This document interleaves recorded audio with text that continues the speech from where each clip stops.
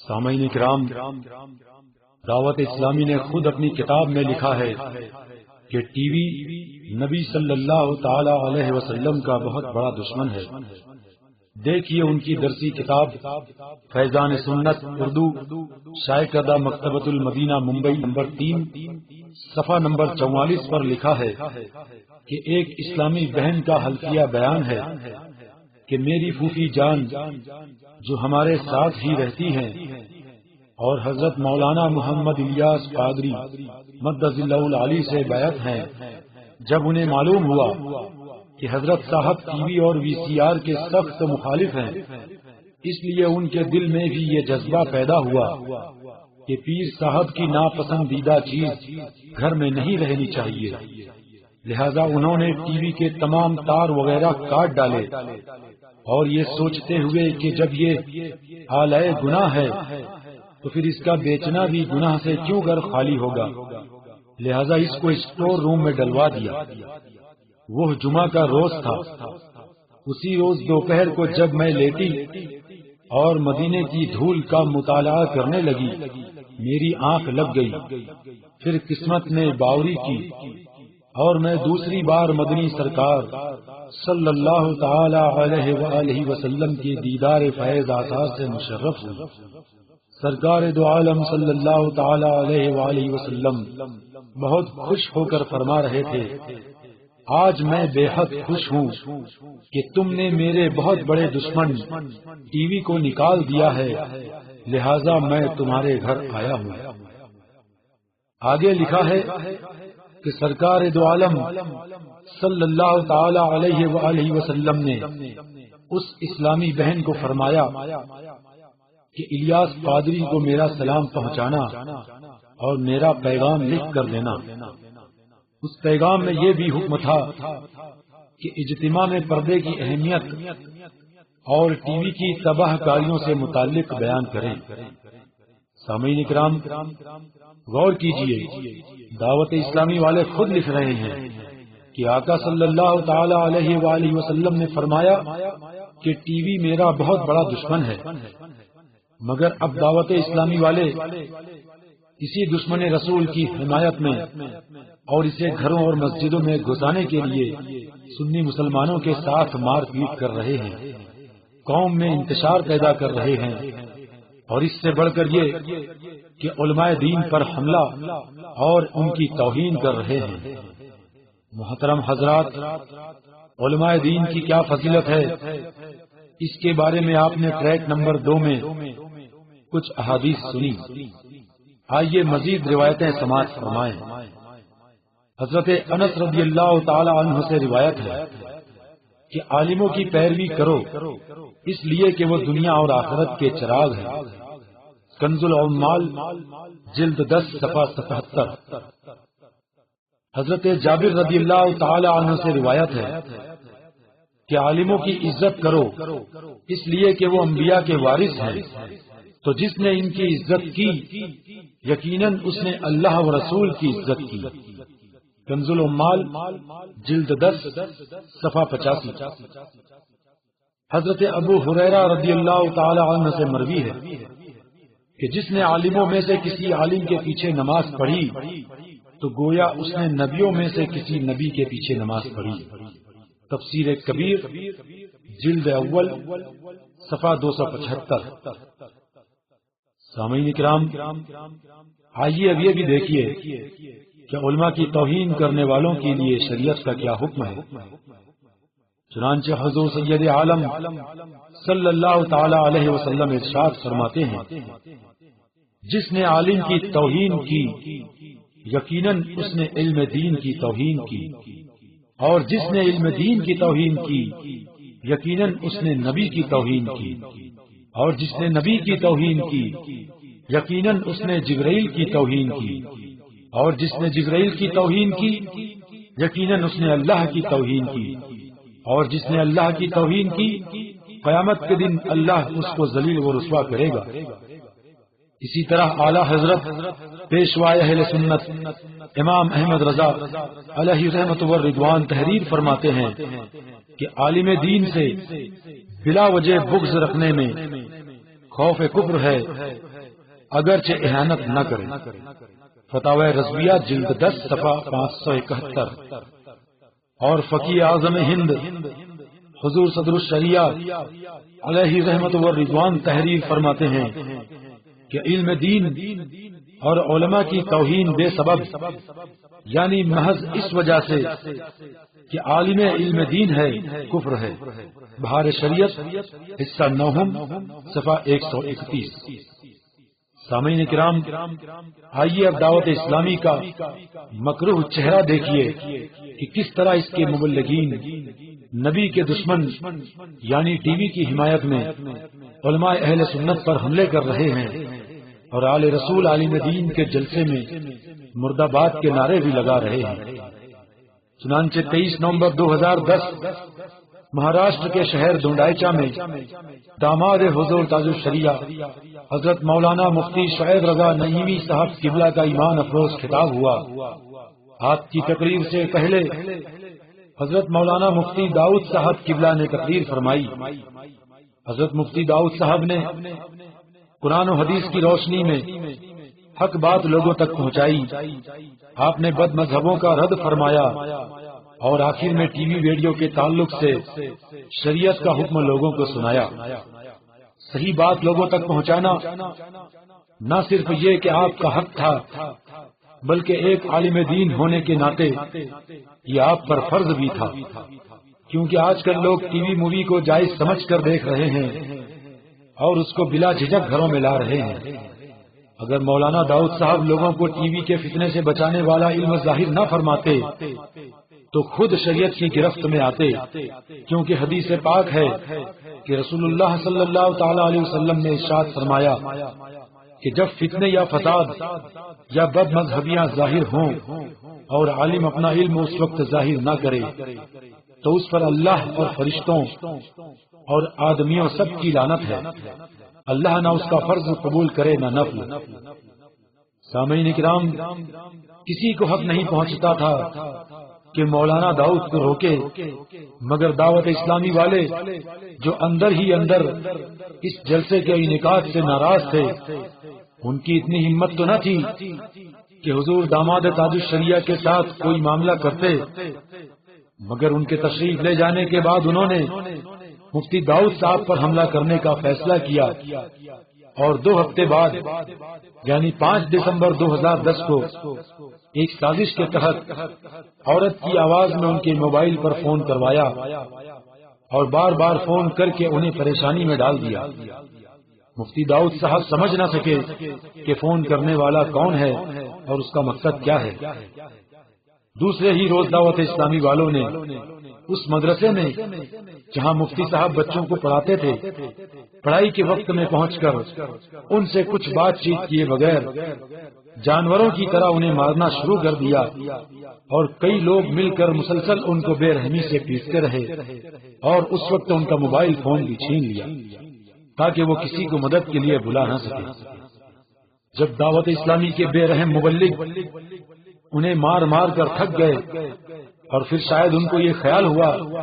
کہ زیادہ مارنے سے کہیں مولانا کی موت نہ واقع ہو جائے تو انہوں نے ہاتھ روک دیا۔ مفتی داؤد صاحب کی حالت تو ایسی تھی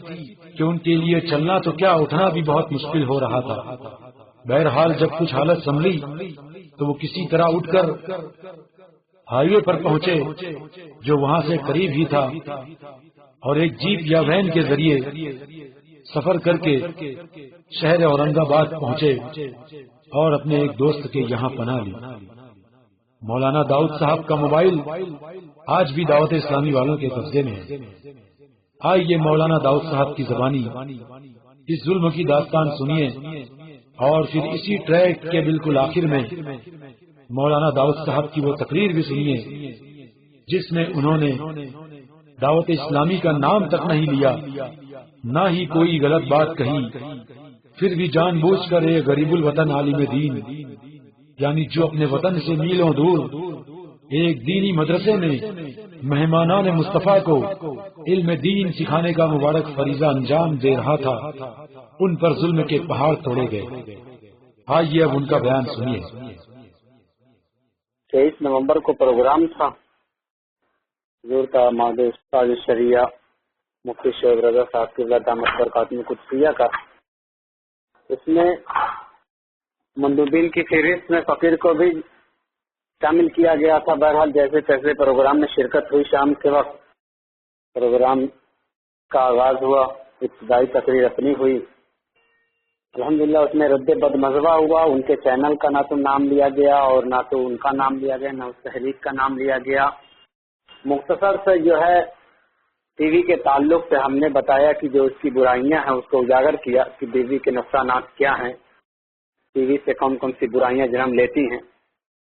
اس کے بعد جو ہے وہاں سے پروگرام سے بہرحال چلے آئے۔ پھر حضرت کا اور 2-3 جگہ دورہ تھا، 4 روزہ دورے کے بعد حضرت اپنے وہاں چلے گئے۔ اس کے بعد ان لوگوں کی جو ہے ذہن و فکر میں بات بیٹھ گئی کہ وہ تو چلے گئے، ہم ان کا کچھ بھی نہیں کر سکتے تھے، اور یہ نہیں فناتما یہی رہتا ہے، ہمارے ہی علاقے میں رہ کے ہمارے ہی خلاف بیان بازی کرتا ہے، لہذا پورے اپنے غم و غصے کا اظہار، تشدد کا پہاڑ ہم پر ہی توڑا۔ اس کا بدلہ سازش رچائی گئی، کئی دنوں تک مسلسل سازشیں چلتی رہی۔ اس کے بعد کسی سے فون کرایا گیا نسوانی آواز میں، یہ نہیں معلوم ہو پایا تھا ابھی کیا ہوا، کون ہے، کہاں سے بول رہا ہے۔ ہم نے بارہا پوچھا لیکن مسلسل فون آتے رہے، اور لیکن کوئی ادھر سے معقول اور واضح جواب نہیں آیا کہ ہم فلاں بول رہے ہیں، کیا کام ہے، کچھ بھی نہیں بتایا۔ بہرحال نسوانی آواز تھی۔ اس کے دوسرے ہی دن بعد اچانک معمول کے مطابق میں درسگاہ میں بیٹھا ہوا تھا، دعوت اسلامی کے حمایتی اور اس کے مبلغین آئے اور مجھ پر حملہ کرنا شروع کر دیے۔ جیسے ہو سکا، جتنا ہو سکا خوب جی بھر کے مارا، یہاں تک کی مار کے لت پت کر دیا تھا۔ میں سوچ بھی نہیں سکتا تھا کہ میری زندگی میں ایسے بھی حالات پیدا ہوں گے اور ایسے حادثات کا مجھے شکار ہونا پڑے گا۔ وہ دن جب یاد آ جاتا ہے وہ وقت، تو پھر ذہن و فکر سے نکالنا بہت مشکل ہو جاتا ہے۔ بہرحال میری حالت اتنی ابتر ہو گئی تھی کہ میں وہاں سے نکلنے کے لیے جو ہے بہت مجبور تھا، یعنی چلنا بھی دشوار ہو گیا تھا، میرا کھڑا رہنا بھی دشوار تھا۔ بہرحال جیسے تیسے آیا، سامنے روڈ ہے، وہاں ہائی وے پر سے گاڑی پکڑا اور وہاں سے جو ہے اورنگ آباد چلا آیا۔ اور ان لوگوں نے جیسے ہی روم میں داخلہ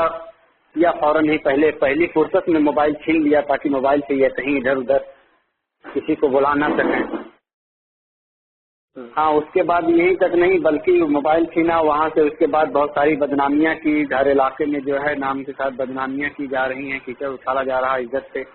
یعنی ہر اعتبار سے انہوں نے حملہ کیا۔ ذات پر تو حملہ کیا ہی، عزت و کردار پر بھی حملہ کیا، مال و افعال پر بھی حملہ کیا،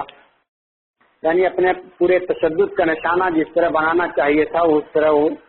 ہمیں مظلوم کو سمجھ کے بنائے۔ حضرت ایسی بات ہے، وہ واقعہ اصل میں کیا ہوا ہمارے ساتھ وہ ہم ہی جانتے ہیں اور ہمارا اللہ و رسول جانتے ہیں۔ یہ کتنا کر کے بول رہا ہے، اب اصل میں ایسا ہے، سرکار نے فرمایا ہے اذا ظہرت الفتنہ وقال البدع ولم يحذر العالم ولعنۃ اللہ والملائکۃ والناس اجمعین، فتنے جب ظاہر ہوں یا بدعتیں جب سر اٹھائیں تو عالم دین کا ضروری ہے کہ اپنے علم کو ظاہر کرے، ورنہ اس پر اللہ کی لعنت ہوتی ہے، فرشتوں کی لعنت ہوتی ہے، تمام لوگوں کی بھی لعنت ہوتی ہے۔ سامعین کرام، اس سی ڈی کا نام ہے دعوت اسلامی کو پہچانو۔ یہ سی ڈی نمبر 1 ہے جس میں نوری نسبت سے 14 ٹریک ہیں۔ انشاءاللہ تعالی اگلی سی ڈی میں قادری نسبت سے 11 نئے ٹریک یعنی رضوی نسبت سے کل 25 ٹریک ہوں گے، جس میں ہم بتائیں گے کہ بد مذہبوں کے رد میں دعوت اسلامی اور الیاس اتار کی زبان خاموش ہے، مگر علماء اہل سنت کا نام لے کر رد کیا گیا ہے۔ اس لیے سی ڈی نمبر 2 حاصل کرنا نہ بھولیں۔ اس کے لیے موبائل میں لکھیں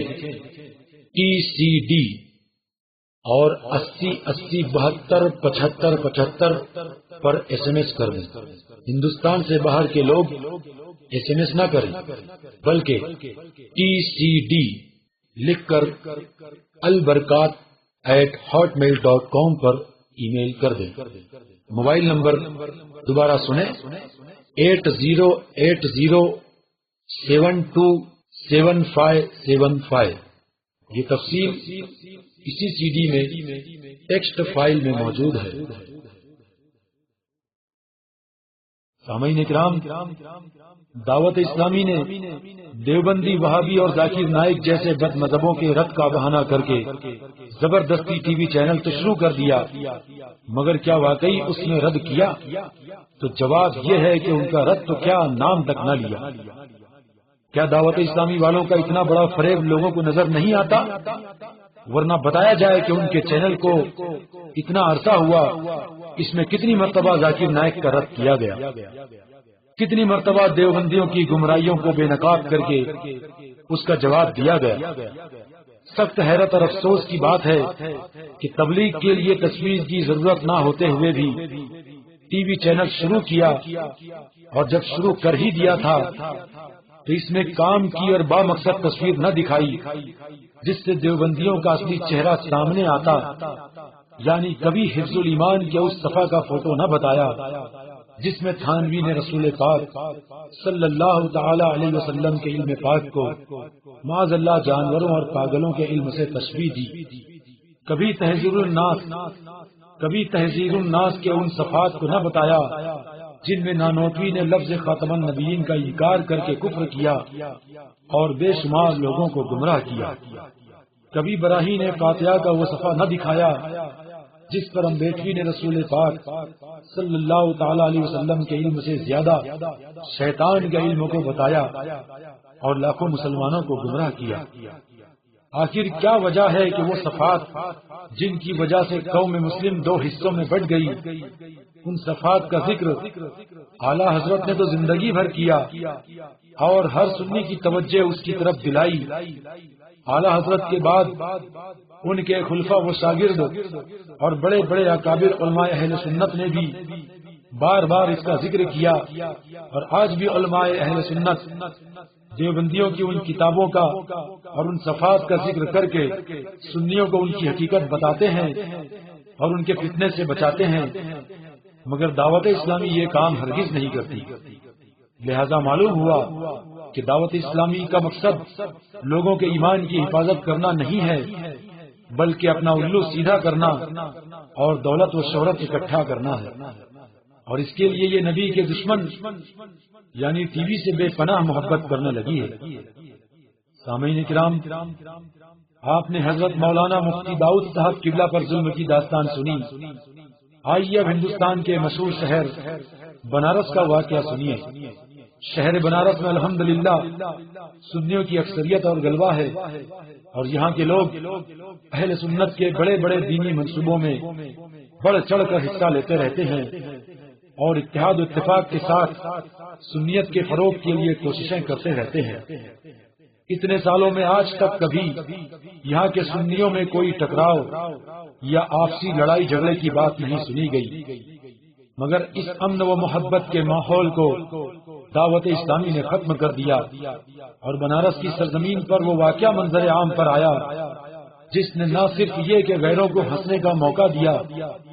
بلکہ ہندوستان میں جہاں جہاں بھی اس کی خبر گئی سننے والوں کا دل دہل گیا۔ آپ نے اسی ٹریک میں سن لیا ہوگا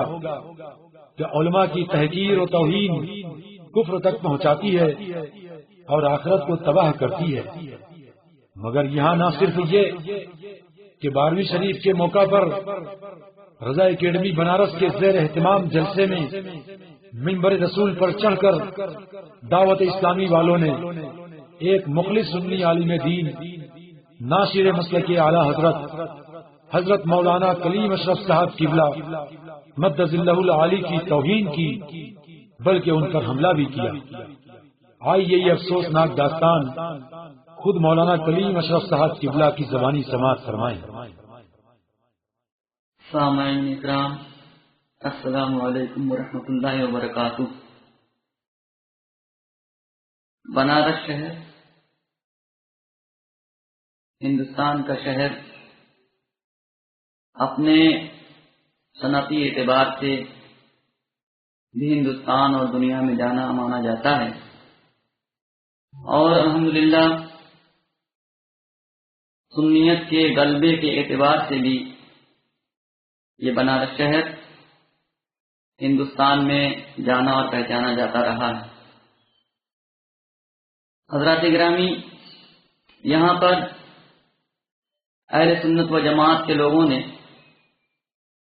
دینی اور اصلاحی بے شمار کام کیے ہیں، لیکن افسوس کے ساتھ کہنا پڑ رہا ہے کہ کچھ سالوں پہلے جب سے یہاں دعوت اسلامی والوں نے قدم رکھا ہے تو ہر طرف ایک انتشار دیکھنے کو مل رہا ہے۔ جگہ بہ جگہ جھگڑے اور ہاتھا باہی یہ سننے کی بات مل رہی ہے۔ حضرات گرامی، انہوں نے ایسے ایسے کام انجام دیے کہ جن کو سننے کے بعد، دیکھنے کے بعد رونگٹے کھڑے ہو جاتے ہیں۔ مدن پورہ کا علاقہ شہر بنارس میں مشہور و معروف مدن پورہ روڈ کے نام سے، جہاں پر ایک جلسہ رضا اکیڈمی کے زیر اہتمام کیا گیا، اس جلسے میں انہوں نے جس طرح کا کام انجام دیا، دعوت اسلامی والوں نے جتنی گنڈا گردی وہاں پر دکھائی وہ بیان کرنے سے باہر ہے۔ اس سے پہلے کہ میں وہاں کا واقعہ بیان کروں، میں آپ کے سامنے کچھ اور باتیں ان کی رکھ دینا چاہتا ہوں جس سے آپ کو یہ اندازہ ہو سکے کہ دعوت اسلامی والوں کی گنڈا گردی کس حد تک جا پہنچی ہے۔ 1430 ہجری ذی الحجہ کا مہینہ، جمعہ کا دن، بنارس کی مشہور مسجد بیت الحکیم، جب وہاں کے خطیب و امام اردو میں خطاب کر رہے تھے اور لوگوں کو یہ سمجھا رہے تھے، لوگوں کو یہ بتا رہے تھے کہ علماء اہل سنت کے بتائے ہوئے راستے پر چلنا چاہیے، انہی کے نقش قدم پر چلنا چاہیے، کوئی بھی مسئلہ انہی کے ذریعے حل کرنا چاہیے، ایسے عالم میں دعوت اسلامی کے چند افراد کھڑے ہوئے اور دوران خطابت شور و غوغا کرنا شروع کر دیا۔ مسجد کے اندر ہی ماحول بدلنے کی کوشش کی، ارکان مسجد کی مداخلت کی بنیاد پر کسی صورت سے لوگوں کو خاموش کیا گیا، اور اس کے بعد جمعہ کی نماز ہوئی۔ جمعہ کی نماز ختم ہونے کے بعد پھر دعوت اسلامی والوں نے شور و غوغا کرنا شروع کر دیا اور لڑائی جھگڑے پر آمادہ ہو گئے۔ جہاں مسجد میں بلند آواز سے بولنے کی اجازت نہیں ہے، وہاں دعوت اسلامی والوں نے ہاتھا باہی کرنے کی ٹھان لی، اور یہاں تک کہ خطیب و امام جو مسجد بیت الحکیم کے تھے ان کو جان سے مارنے کی دھمکی دی۔ اس کے بعد ایک واقعہ ان کا اور بھی دیکھنے کو آیا۔ 1431 ہجری 12 ربیع الاول، اپنی پرانی روایات کے مطابق شہر بنارس میں جلوس محمدی نکالا جاتا ہے۔ بعد نماز فجر اس کا انعقاد ہوتا ہے اور یہ اپنی منزلوں کو طے کرتا ہوا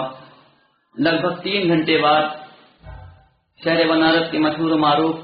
بنیا باغ کے میدان میں اس کا اختتام ہوتا ہے۔ یہ جلوس جب ریوڑی تالاب کے میدان سے نکالا گیا تو اس میں دعوت اسلامی کے چند افراد بھی شریک تھے، حالانکہ اس میں لاکھوں سنی مسلمانوں کا مجمع ہوتا ہے، لیکن یہ چند افراد نے ان زیادہ سے زیادہ مسلمانوں کو اس قدر پریشان کیا کہ مسلمان، بنارس کے سنی مسلمان مستعد ہو اٹھے اور جگہ بہ جگہ ہاتھا باہی کی نوبت پہنچ گئی، جسے ہمارے علماء اہل سنت نے بہت ہی صبر سے کام لیتے ہوئے اور عوام کو صبر کی تلقین کرتے ہوئے اختتام تک پہنچایا۔ جب یہ جلوس اپنی آخری منزل بنیا باغ کے میدان میں پہنچا تو وہاں شہر بنارس کے قاضی شہر،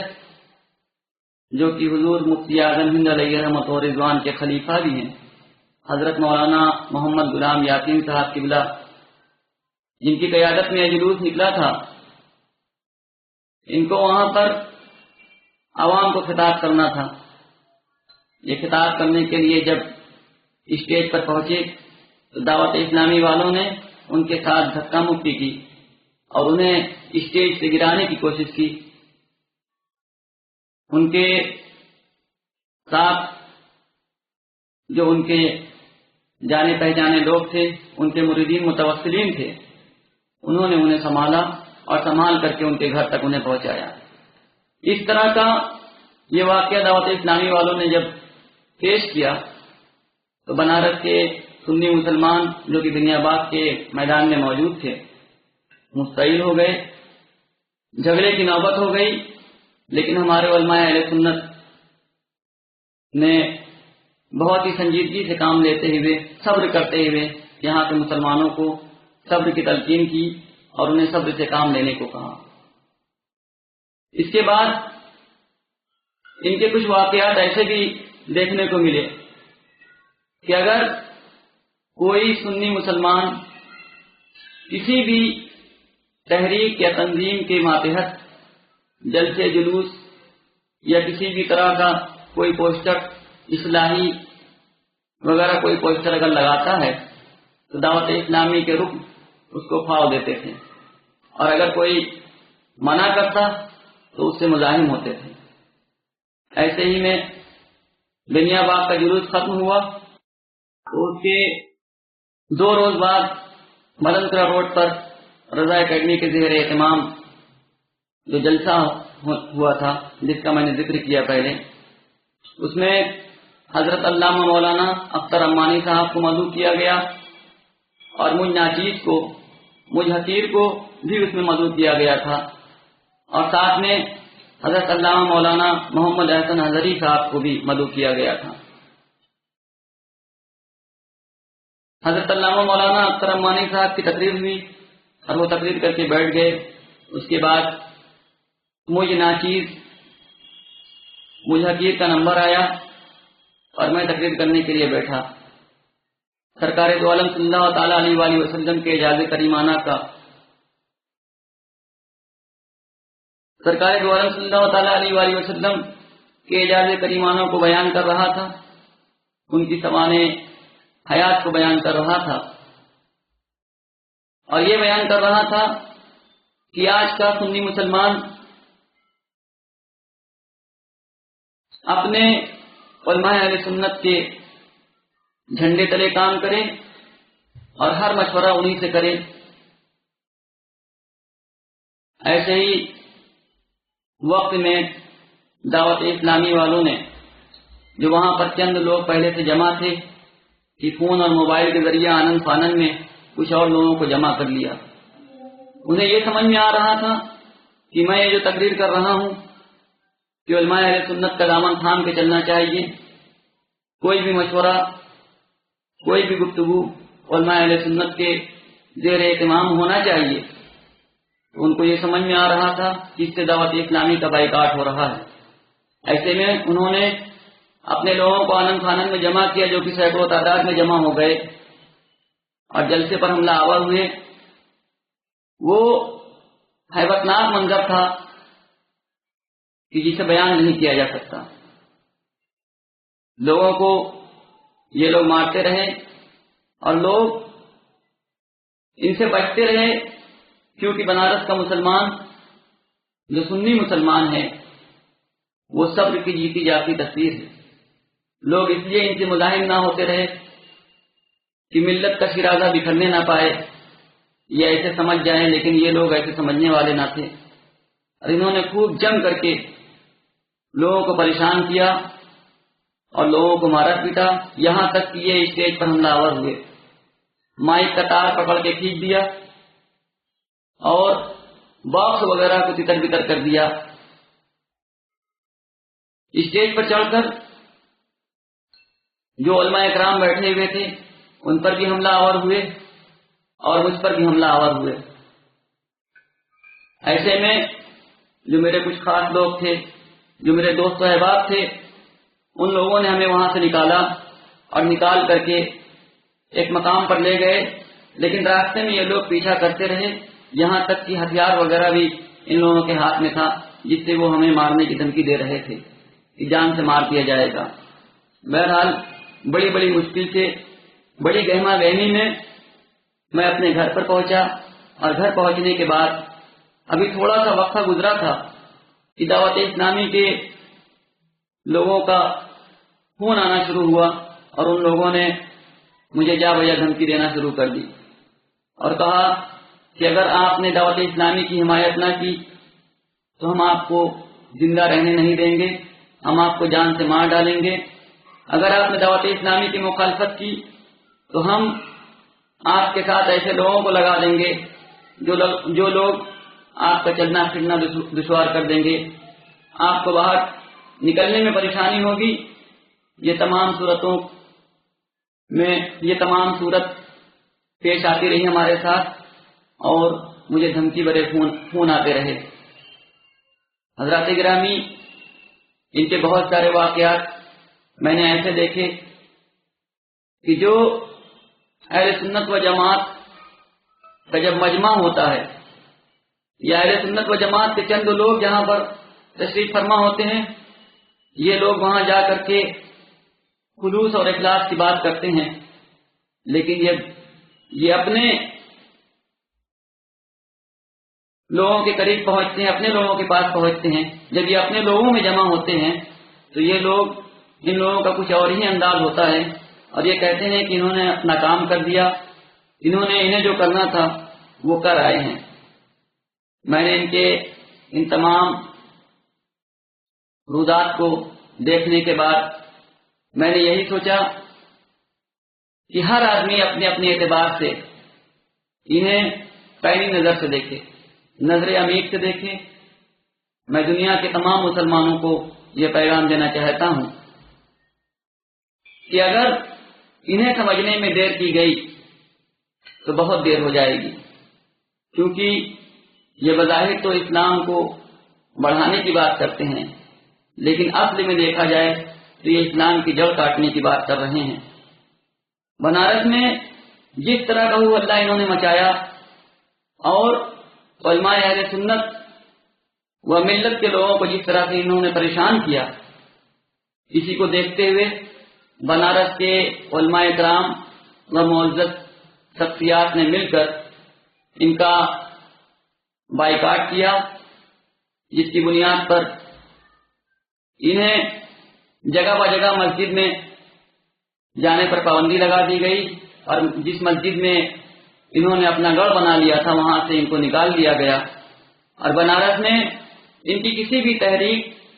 یا کسی بھی جلسے پر سخت پابندی عائد کر دی گئی۔ اگر اکا دکا جگہ چھوڑ دی جائے تو باقی ساری جگہوں پر ان کے اوپر زبردست پابندی لگا دی گئی، یہاں تک کہ بنارس کے مسلمان ان سے صلاۃ و سلام پڑھوانا بھی گوارا نہیں کرتے، اسی بنیاد پر کہ ان کا نظریہ صحیح نہیں ہے، یہ گنڈا گردی پر آمادہ رہتے ہیں، بات بات پہ گالی گلوچ کرتے ہیں اور ہاتھا بھائی کرتے ہیں۔ اس سے اسلام کی بنیاد مضبوط نہیں ہوتی، اس سے اسلام کا فروغ نہیں ہوتا، بلکہ اسلام کو نقصان پہنچتا ہے۔ اسی لیے میں ہندوستان کے سنی مسلمانوں سے عموماً اور پوری دنیا کے سنی مسلمانوں سے خصوصاً اس بات کا ذکر کر رہا ہوں کہ دعوت اسلامی کی کوئی بھی بات سننے سے پہلے ان کے اندر جھانک کر ان عزائم کو دیکھ لیجئے جو عزائم سے اسلام کو نقصان پہنچتا ہے، اور یہ اسلام کو نقصان پہنچاتے رہے ہیں۔ صرف بنارس نہیں بلکہ بنارس کے علاوہ بہت سارے ہندوستان کے شہر ایسے ہیں جہاں پر ان کے اوپر سخت پابندی نافذ کر دی گئی ہے، لوگ ان سے بات کرنا گوارا نہیں کرتے۔ اللہ تبارک و تعالی ہم تمامی مسلمانوں کو ان سے بچنے کی توفیق عطا فرمائے اور نیک عمل کرنے کی توفیق عطا فرمائے، راہ راست پر چلنے کی توفیق عطا فرمائے۔ سامعین کرام، ہندوستان میں دعوت اسلامی کے سابق نائب امیر حضرت مولانا فخر الدین رضوی صاحب قبلہ مقدس اللہ العلی کی زبانی اندر کی بات سنیے کہ الیاس عطار شروع ہی سے علماء سے نفرت کرتا ہے اور ان کا طنز کرتا ہے۔ واقعات تو ایسے بہت سے ہیں، لیکن جو خود میرے ساتھ گزرا تھا وہ تو بڑا عجیب و غریب تھا. جب ناگپور حضرت صاحب آئے تھے میرے یہاں شہری میں دعوت کا اہتمام تھا ان کا. میں اس وقت خود دعوت اسلامی کا مبلغ کی حیثیت سے کام کرتا تھا. میرے یہاں شہری کی دعوت تھی، حضرت آئے اور میں نے سوچا کہ بھئی مفتی شریف الحق صاحب قبلہ نے جو بخاری شریف کی شرح نزہۃ القاری لکھی ہے، اس وقت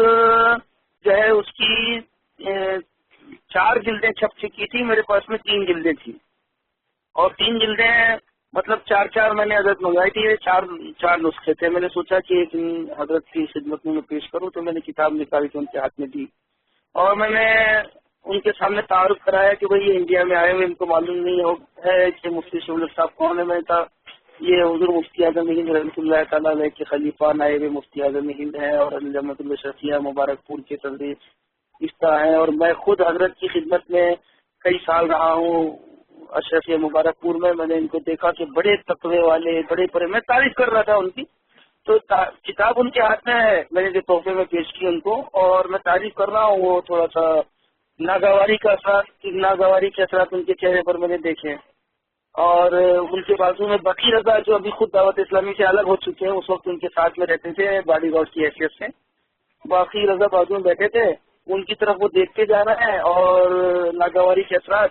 جب میری گفتگو ختم ہو گئی اور میں مفتی شریف الحق صاحب قبلہ کی تعریف کرتا رہا اور ناگواری دیکھتا رہا، تو میں نے تعریف روک دی اور ان کی گفتگو سننے لگا. تو کہہ رہے تھے کہ یہ علماء کیا کریں گے پتہ نہیں، علماء کا کام تو جمتا نہیں. اس طرح جو ہے نا کئی مطلب انہوں نے جملے کہے. تو میں نے اس کے جواب میں بس ایک ہی جملہ کہا تھا اس وقت کہ حضرت ہم نے جو فیضان سنت لکھی ہے اس میں صدر الشریعہ کا حوالہ ہے اور حضور اعلیٰ حضرت کا حوالہ، یہ بھی تو علماء میں شمار ہوتے ہیں اور ان کے بغیر تو ابھی کوئی سنیت کا کام چل نہیں سکتا. تو اس وقت بھی چہرے سے ناگواری کے اثرات ختم نہیں ہوئے. اس وقت خود میرے بھائی کو بھی مجھ کو بھی ہم دونوں کو جو ہے نا بہت ناگواری گزری بات کہ ان کے یہاں پر علماء کی عزت نہیں ہے اور یہ اپنی مجلسوں میں علماء کا وقار کم کرتے ہیں، بلکہ کوشش یہ کرتے ہیں کہ جو کسی عالم دین سے جڑے ہوئے ہیں. بلکہ میں نے بہت سی مرتبہ جو پاکستان سے یہاں پر اجتماع مبلغین آئے تھے، اس میں سے 20-25 ناگپور آئے تھے، ان لوگوں کو بہت سمجھانے کی کوشش کی تو وہ جھوٹ موٹ کسی لیے تعلیم کا حوالہ دے دیتے ہیں کہ فلاں عالم تو نماز بھی پڑھاتے ہیں اور ٹی وی بھی دیکھتے ہیں، فلاں عالم تو یہ بھی کرتے ہیں، آپ عالموں کی بات کرتے ہیں. اس طرح وہ لوگ جواب دیتے ہیں تو عوام جو سننے والی ہوتی ہے وہ علماء سے بالکل بدل ہو کر یہ سوچتی ہے کہ بھائی اب دین کا کام جو ہے نا یہ جو عوام کرنے نکلی ہے اسی سے دین کا کام ہوگا، عالموں نے تو بہت بگاڑا کر کے رکھ دیا ہے. یہ لوگ ان کی گفتگو کا خلاصہ نکالتے تھے، جس کی بھی بہت زیادہ اصلاح کی کوشش کی گئی بے انتہا. اور اس سلسلے میں جو ہے وہ اسٹیج پر علماء کو بیٹھنے کی اجازت نہیں دینا اور ضد یہ کرنا کہ بھائی ان کو نیچے بیٹھنے میں کون سی بے عزتی ہے، وہ اللہ رسول کا ذکر سننے کے لیے نیچے کیوں نہیں بیٹھ سکتے. تو ہم نے اس پر یہ کہا کہ بھائی اللہ رسول کی عزت ہی کے لیے اور علماء کی کو اگر ہم نے عزت دے کر اسٹیج پر بٹھایا تو کون سی بری بات ہے، یہ تو بلکہ وقار کی بات ہے، عزت کی بات ہے. دینی جلسہ ہے اور علماء کی عزت نہ ہو تو پھر کس کام کا ہو جلسہ. اس طرح علماء کے وقار کو مجروح کرنے کا مسئلہ ان کے پاس میں تو بہت زیادہ تھا اور اس کے لیے تو اتنے شواہد موجود ہیں کہ جن کو کتابچے کی شکل میں چھاپا جائے تو کم سے کم 100 صفحات کی کتاب تیار ہو جائے. ابھی مبلغ کی حیثیت سے تو میرے ان کے روابط نہیں ہے بالکل، لیکن جو حالات اور جو خبریں میں سنتے رہتا ہوں ان کے مبلغین کی، تو اس میں بھی ابھی تک یہ محسوس ہوتا ہے کہ انہوں نے آج تک جو ہے یہ جملہ ختم نہیں کیا کہ علماء نے کیا کیا ہے. اور یہ جملہ تو بہت بولتے ہیں، ابھی بھی بولتے ہیں یہ لوگ. ابھی عرص اعلیٰ حضرت کے موقع پر جو ہے کئی شہر ناگپور شہر میں کئی لوگوں سے سننے میں آیا کہ بھائی اعلیٰ حضرت کو پہچانوایا ہے مولانا الیاس قادری صاحب نے، علماء نے کیا کیا ہے. علماء تو بس اپنا گھر بھرنے میں لگے رہتے ہیں اور ایسا کرتے ہیں اور وہ تقریریں کرتے ہیں، نظرانے لیتے ہیں. اس طرح کے جملے بول کر علماء کا وقار کم کرنے کی تو کوشش میرے خیال سے ایسا لگتا ہے کہ بالکل ابھی تک جاری ہے. خیال سے نہیں بلکہ میں کچھ شواہد کی روشنی میں یقین کے ساتھ کہہ سکتا ہوں کہ وہ کوشش ابھی تک جاری ہے. اس معاملے میں سخت اصلاح کی ان کی ضرورت ہے. سامعین کرام، آئیے اب حضور محدث کبیر مقدس اللہ العلی کا ارشاد سنیے. وہ لاکھوں کی تعداد میں لوگوں کو مرید بنا چکے ہوں یا کسی دوسرے کے مرید کو اپنا طالب بنا چکے ہوں، مگر ان لوگوں نے کیا ان کے دل کے اندر وہابیوں سے لڑنے کا وہ ذوق پیدا کیا جو ٹی وی پر اعتراض کرنے والوں سے لڑنے کا ان کا شوق ہے؟ وہابیوں پر تو حملے کے لیے ایک مرتبہ بھی نہیں آئے، مگر جو ٹی وی پر اعتراض کر دے تو اس سے وہ لڑنے کے لیے آ جاتے ہیں۔ تو اس کا مطلب یہ ہے کہ ان کی نظر میں دین و ایمان اور رسول پاک صلی اللہ علیہ وسلم کی تعظیم و تکریم کی وہ اہمیت نہیں ہے کہ جس سے وہ وہابیوں سے لڑ سکیں۔ البتہ مولانا الیاس صاحب کے ٹی وی پر آنے کا دفاع کرنے کا وہ ذوق ہے جو دین کا جز بن گیا ہے کہ اس میں ان کے اوپر جہاد فرض ہو گیا کہ جو آدمی ٹی وی کو ناجائز کہے یا مسجد میں سے ٹی وی ہٹوا دے تو اس سے یہ لڑنے کے لیے اور ڈنڈا بازی کرنے کے لیے تیار ہو جاتا۔ بس اسی بنا پر کئی عالموں کو زد و کوب کیا، خود بنارس میں بھی کچھ ایسے واقعات پیدا ہوئے اور دوسرے شہروں میں بھی ایسے حالات نمودار ہوئے۔ تو اب ایسی صورت میں مجھے نہیں سمجھ میں آتا کہ وہ لوگ اپنے کام میں بہت مخلص ہیں۔ اللہ تعالی مجھے بھی ہدایت پر قائم رکھے اور انہیں بھی ہدایت رکھے۔ سامعین کرام، آپ کو یہ سمجھ میں آ گیا ہوگا کہ علماء کرام کی توہین کرنا کتنا بڑا گناہ ہے اور یہ کفر تک پہنچتا ہے۔ اب ذرا غور کیجئے کہ جب ایک عالم دین کی توہین کفر تک پہنچا سکتی ہے تو اگر وہ عالم متقی و پرہیزگار ہونے کے ساتھ ساتھ رسول اللہ صلی اللہ تعالی علیہ وسلم سے رشتہ نسب رکھتا ہو یعنی آل رسول ہو تو پھر اس کی تعظیم کرنا کتنا ضروری اور اہم ہوگا اور اس کی توہین کتنا بڑا گناہ ہوگا۔ اور کیا یہ کفر تک نہیں پہنچے گا؟ ضرور یہ بہت بڑا گناہ ہوگا اور ایک سچا مسلمان کبھی اس حرکت کا تصور بھی نہیں کر سکتا، مگر دعوت اسلامی والوں نے یہ کام کر دکھایا۔ اور سرزمین ممبئی میں مارچ 2010 میں گونڈی کے جلسے میں خلیفہ حضور مفتی اعظم ناشر مسلک اعلی حضرت سراج ملت آل رسول حضرت مولانا سید سراج اظہر قادری رضوی مدد اللہ العلی کے جلسے میں جبکہ حضرت کی تقریر جاری تھی، کھڑے ہو کر سراج ملت مرد آباد، سراج ملت مرد آباد کے نعرے لگائے اور ہنگامہ کر کے جلسے کو منتشر کر دیا۔ آخر یہ کون سی دین کی تبلیغ ہے؟ ظالم اتار پاکستان میں بیٹھ کر اپنے چیلوں کو ہندوستان بھیج رہا ہے ایسی دہشت گردی کے لیے۔ ہمارے ہی ملک میں ہمارے اعلی حضرت اور ہمارے بزرگوں کے فتووں پر عمل کرنے سے ہمیں روکا جا رہا ہے پاکستانی جاہل کے اشارے پر۔ اکابر علماء کے فتووں سے مسلمانوں کو دور کرنے کی کوشش کی جا رہی ہے اور ایک جاہل و مکار کی شیطانی سوچ پر سب کو چلانے کی کوشش کی جا رہی ہے۔ اس کے لیے شہر شہر گلی گلی بلکہ مسجدوں میں جھگڑا کیا جا رہا ہے۔ سنی مسلمانوں کو ان تمام باتوں پر غور کرنا ہوگا اور ان کے ناپاک منصوبوں کو جلد سے جلد لگام دینی ہوگی ورنہ بہت دیر ہو جائے گی۔ آئیے اب ان کے ظلم کی ایک اور داستان سنیے۔ 4 دسمبر 2010 کو شہر اورنگ آباد کے مخلص سنیوں نے شہر کی مرکزی مسجد میں فیضان اولیاء کانفرنس کا انعقاد کیا۔ جب کانفرنس کا اعلان منظر عام پر آیا تو دعوت اسلامی والوں نے کانفرنس کا انعقاد کرنے والوں پر دباؤ ڈالنا شروع کیا اور کہا کہ پروگرام کینسل کرو۔ کانفرنس کے ذمہ داران نے ان کے دباؤ کو نظر انداز کر دیا اور صاف کہہ دیا کہ کانفرنس تو ضرور ہوگی، آپ کو جو کرنا ہے کر لو۔ اس پر ایک مبلغ نے جو دعوت اسلامی اورنگ آباد کا اہم رکن ہے، اس نے کانفرنس کے ذمہ دار کو مارنے کی دھمکی دی اور کہا کہ اس کے مکتبہ کو آگ لگا دیں گے۔ خیال رہے کہ کانفرنس کرانے والوں میں ایک نوجوان نے دینی کتب خانہ مکتبہ تاج الشریعہ کے نام سے جاری کیا ہے تاکہ سیدنا اعلی حضرت اور دیگر علماء اہل سنت کی کتابیں اور قرآن پاک و کنز ایمان شریف وغیرہ شہر میں عام ہو۔ جب اس دینی مکتبے کو جلانے کی دھمکی دعوت اسلامی والوں نے دی تو نوجوانوں میں غصے کی لہر دوڑ گئی اور انہوں نے ہر حال میں پروگرام کے انعقاد کا فیصلہ کیا۔ روشن گیٹ میں واقع شہر کی مرکزی سنی مسجد میں یہ کانفرنس شروع ہوئی اور علماء کرام نے تقاریر کا آغاز کیا۔ ابھی تھوڑی ہی دیر ہوئی تھی کہ دعوت اسلامی کے مبلغین جو مسجد کے اندر موجود تھے تقریر کے دوران ہی اٹھ کھڑے ہوئے اور تقریر کرنے والے عالم دین کو جو مفتی تھے تقریر بند کرنے کو کہا اور ہنگامہ کر کے مسجد کی بے حرمتی کرنے لگے۔ بہرحال کسی طرح لوگوں نے ان مبلغین کو وہاں سے ہٹایا تو وہ باہر جا کر کھڑے ہو گئے اور وہیں شور و غل مچا کر انتشار کرتے رہے۔ اس طرح یہ کانفرنس تو ہو گئی مگر شدید بد نظمی کے ماحول میں ہوئی۔ دوسرے روز دعوت اسلامی کے ذمہ دار مکتبہ تاج الشریعہ پر پہنچے اور اس مخلص نوجوان کو مارا جس نے کانفرنس کے انعقاد کے لیے محنت کی تھی۔ سامعین کرام، دعوت اسلامی والوں نے کئی جگہ پر مسلمانوں کو دھمکیاں دینے کے علاوہ پولیس کا سہارا بھی لیا ہے اور بے قصور سنیوں کو جیل میں بند کروایا ہے۔ آخر یہ سب ظلم کب تک؟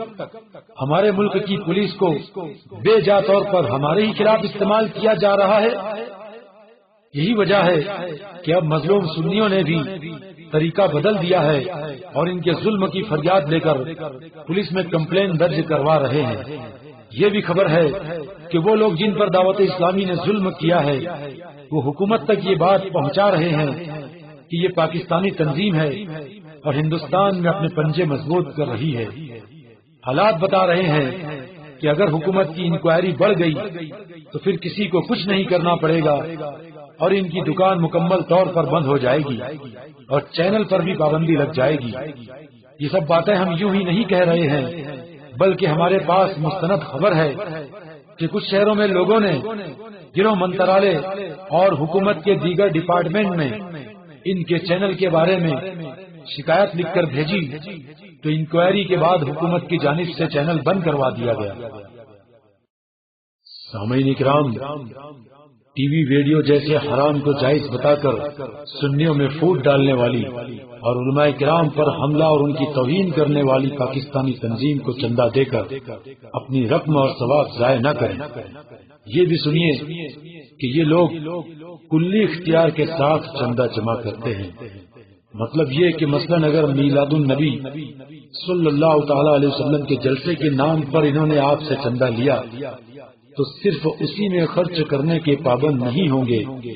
بلکہ انہیں کلی اختیار ہوگا، یعنی اگر ٹی وی ویڈیو کے مشن کو آگے بڑھانے یا من چاہا فتویٰ لکھ کر دینے والے کسی مفتی کو بخشش کے طور پر بھی دے سکتے ہیں۔ آئیے اب حضرت مولانا مفتی داؤد صاحب مقدس اللہ العالی کی وہ تقریر سنیے جس کی بنیاد پر دعوت اسلامی والوں نے ان کی بے رحمی سے پٹائی کی، اور فیصلہ کیجئے کہ کیا اس تقریر میں کوئی غلط بات پائی جاتی ہے کہ جس کی وجہ سے ایک عالم دین کے ساتھ اتنا برا سلوک کیا گیا۔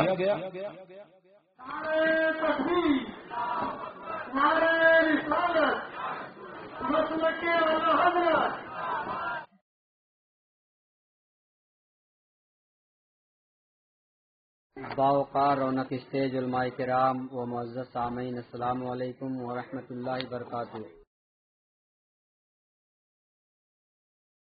نحمدہ ونصلی ونسلم علی رسولہ الکریم، اما بعد، فاعوذ باللہ من الشیطان الرجیم، بسم اللہ الرحمن الرحیم۔ صبغۃ اللہ ما احسن من اللہ صدقا، صدق اللہ مولانا العظیم، وبلغنا رسوله النبي الأمين الكريم، ونحن على ذلك لمن الشاهدين والشاكرين، والحمد لله رب العالمين۔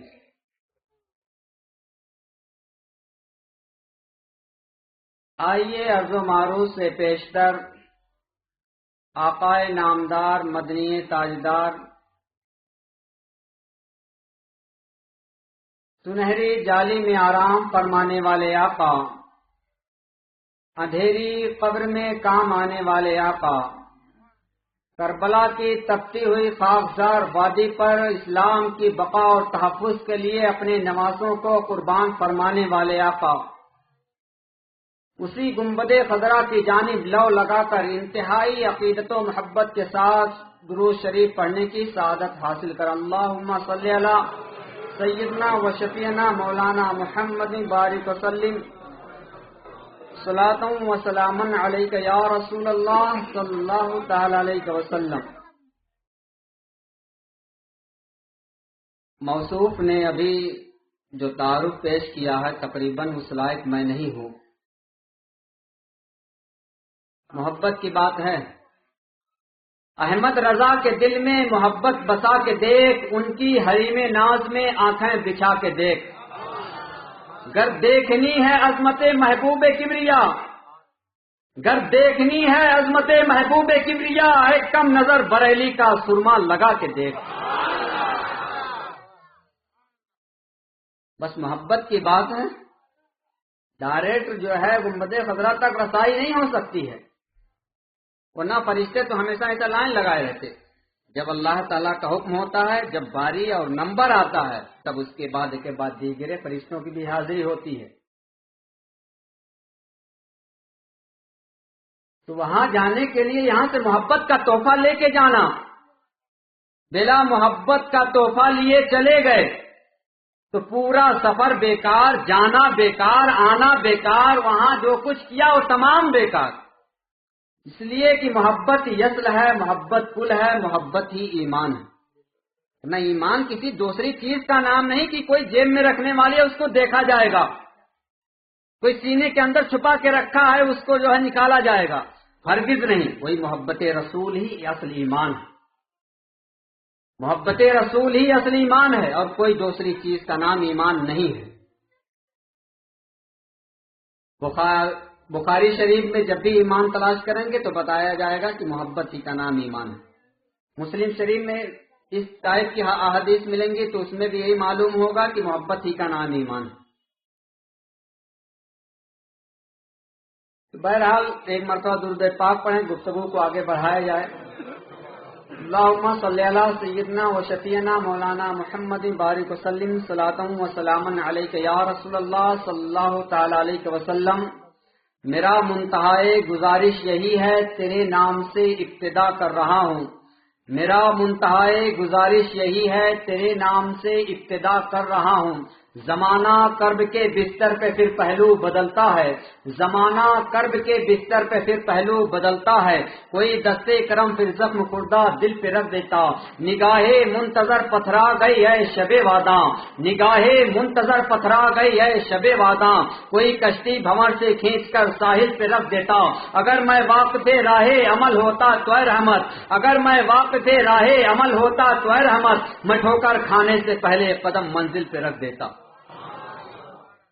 چشمے احساس میں نمی کیوں ہے، ماتھے پہ تفکر کی لکیریں، حیات کی پیشانی پہ آڑے تیش نقوص، یہ سراسیمگی، یہ بے چارگی، یہ پریشان خاطری، یہ درماندگی، حیرانی اور پریشانی کی سلوٹیں انسانیت کے ماتھے پہ کیوں، یہ تمام چیزیں آخر کیوں جو ہے قوم انسانیت ہی کو گھیرے ہوئے ہے، جبکہ کہا گیا گھبراؤ نہیں، تم ہی کامیاب رہو گے، فتح مندی کا سہرا تمہارے سر چڑھے گا، ارجمندی کا تاج تمہارے سر رکھا جائے گا، کونین کو نالین بنا کر تمہارے قدموں میں ڈال دیا جائے گا۔ صبح نشاں تنگ عزم قرآن کا جب ایک قاری قرآن کریم کی حوصلہ انگیز جو ہے آیت کریمہ کی تلاوت کرتا ہے تو آنسوؤں کی بوچھار قرآن کے صفحات پر برس برس پڑتی ہے، دل کا دریچہ کھلتا ہے، روح سراپا سوال بن کر بارگاہ یزدی میں کھڑی ہو جاتی ہے، چپ رہ نہ سکا حضرت اور یزدہ میں بھی اقبال کرتا کوئی اس بندے گستاخ کا منہ بند، روح گویا ہوئی مولا تیری رحمت مجھ سے سوال کرتی ہے، آخر وہ راستہ کون ہے؟ تو دیکھیے حضرات گرامی، اسی راستے کے تعلق سے اعلیٰ حضرت سرکار علیہ رحمت و رضوان ارشاد فرماتے ہیں، اعلیٰ حضرت سرکار علیہ رحمت و رضوان ارشاد فرماتے ہیں، سورہ فاتحہ کی ایک آیت کریمہ ہے، اہدنا الصراط المستقیم، اے اللہ ہم کو سیدھا راستہ چلا، لیکن آج بھی کچھ فہم اور آج بھی کچھ فہم اور کچھ قوم جو ایسی ہے،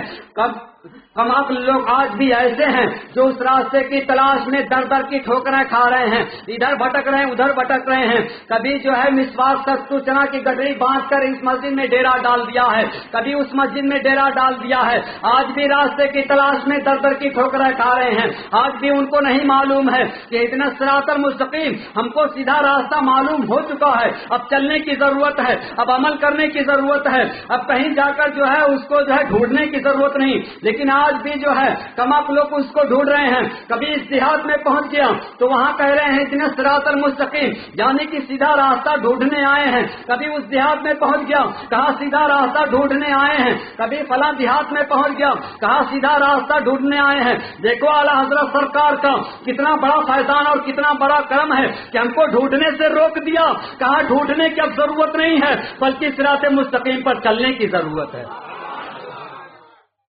تو آج بھی جو لوگ ڈھونڈ رہے ہیں باز آ جائیں ڈھونڈنے سے، اس لیے کہ وقت اب ڈھونڈنے کا نہیں، عمل کرنے کا۔ اب عمل کا وقت آ گیا ہے، وقت اس بات کا ہر وقت متقاضی ہے۔ ہمیشہ وقت جو ہے زمانے کو جھجھوڑ رہا ہے، زمانہ خود انسان کی غیرت کو آواز دے رہا ہے۔ قوم مسلم کب بیدار ہوگی؟ ہر طرف سے نشانے کا شکار ہے، لیکن آنکھیں کھلنے کے لیے تیار نہیں۔ یہی مجمع اپنے ابتدائی دور میں اپنے بچپنے کے عالم میں جب تھا تو بات یہی بار بار آئے رہی تھی کہ اگر کھانے کا یہ پروگرام رکھا گیا ہوتا، کسی کے ہاں دعوت ہوئی ہوتی اور اتنے پمفلیٹ لگے ہوتے اور اعلان اس طرح کیا گیا ہوتا تو لوگوں کا اتنا مجمع ہوتا، اتنے لوگ ٹوٹ پڑتے کہ ان کو سنبھالنا مشکل ہو جاتا۔ لیکن دیکھو محفل رسول کا انعقاد عمل میں آیا ہے اور مجمع کا یہ عالم۔ تو ہمارے ایمان کی بات ہے، جس کے ایمان میں جتنی غیرت ہوگی وہ اسی حساب سے اس میں حصہ لے گا۔ یہ بزم میں ہے یہاں کوتا ہے دستی میں ہے محرومی،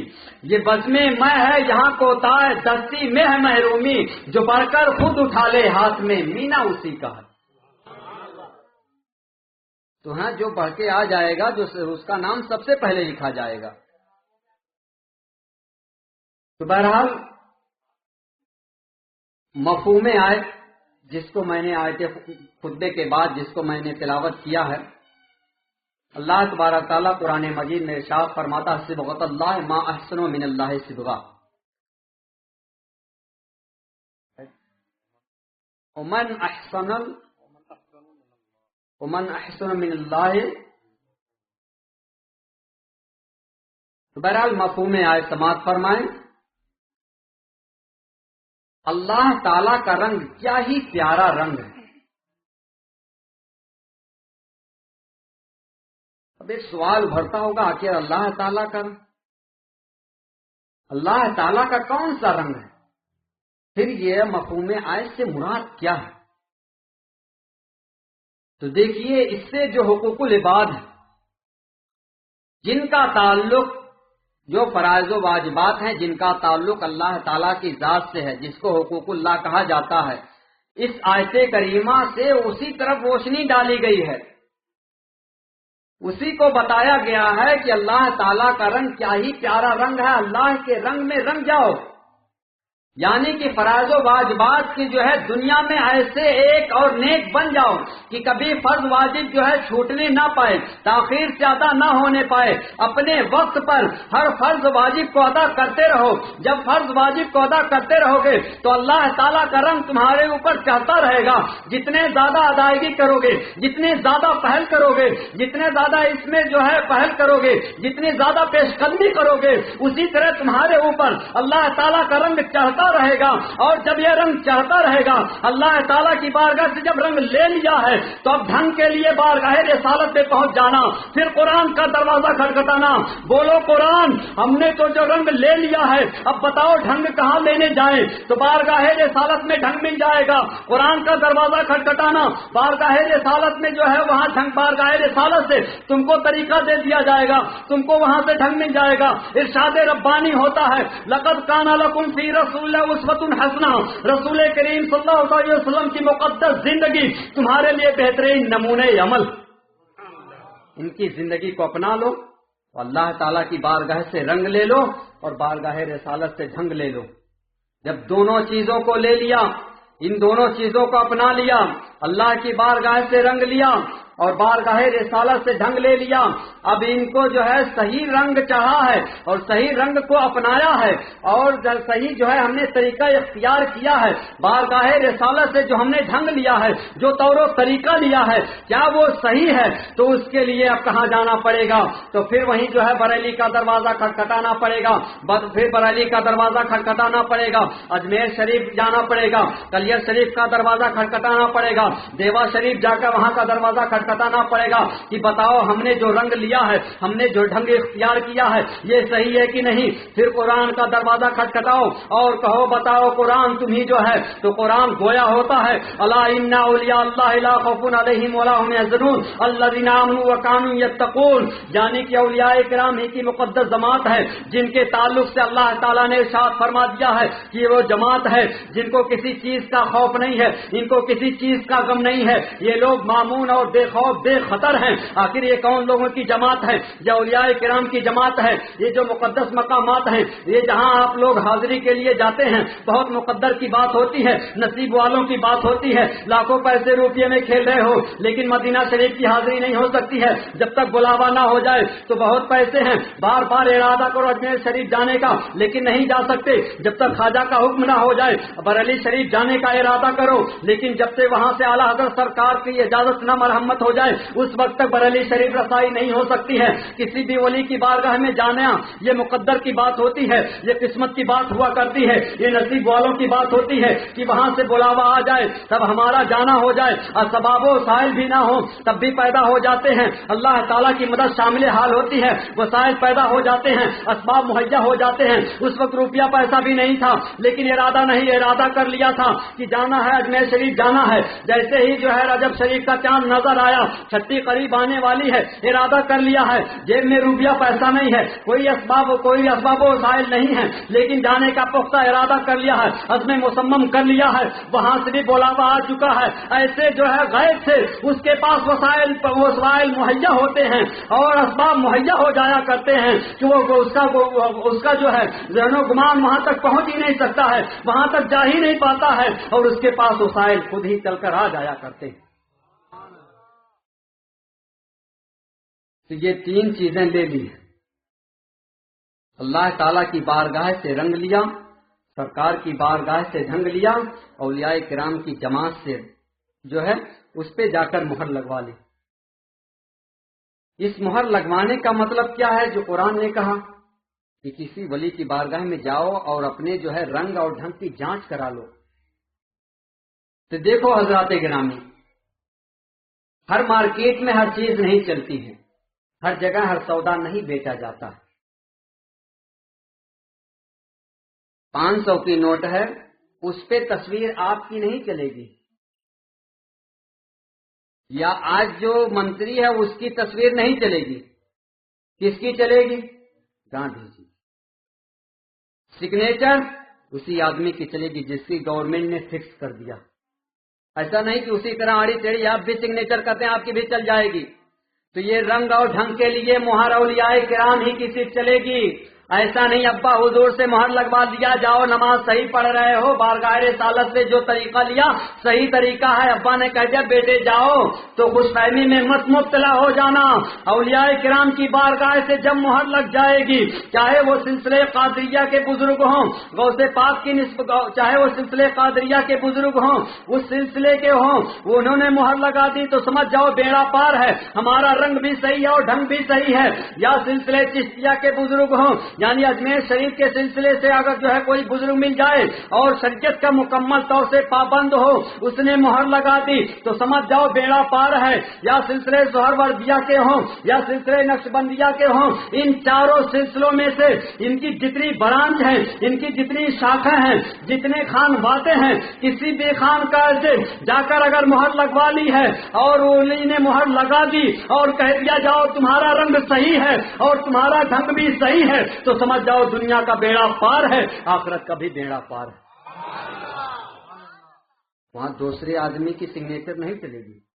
دوسرے آدمی کا اسٹیمپ نہیں چلے گا، دوسرے آدمی کی مہر نہیں چلے گی۔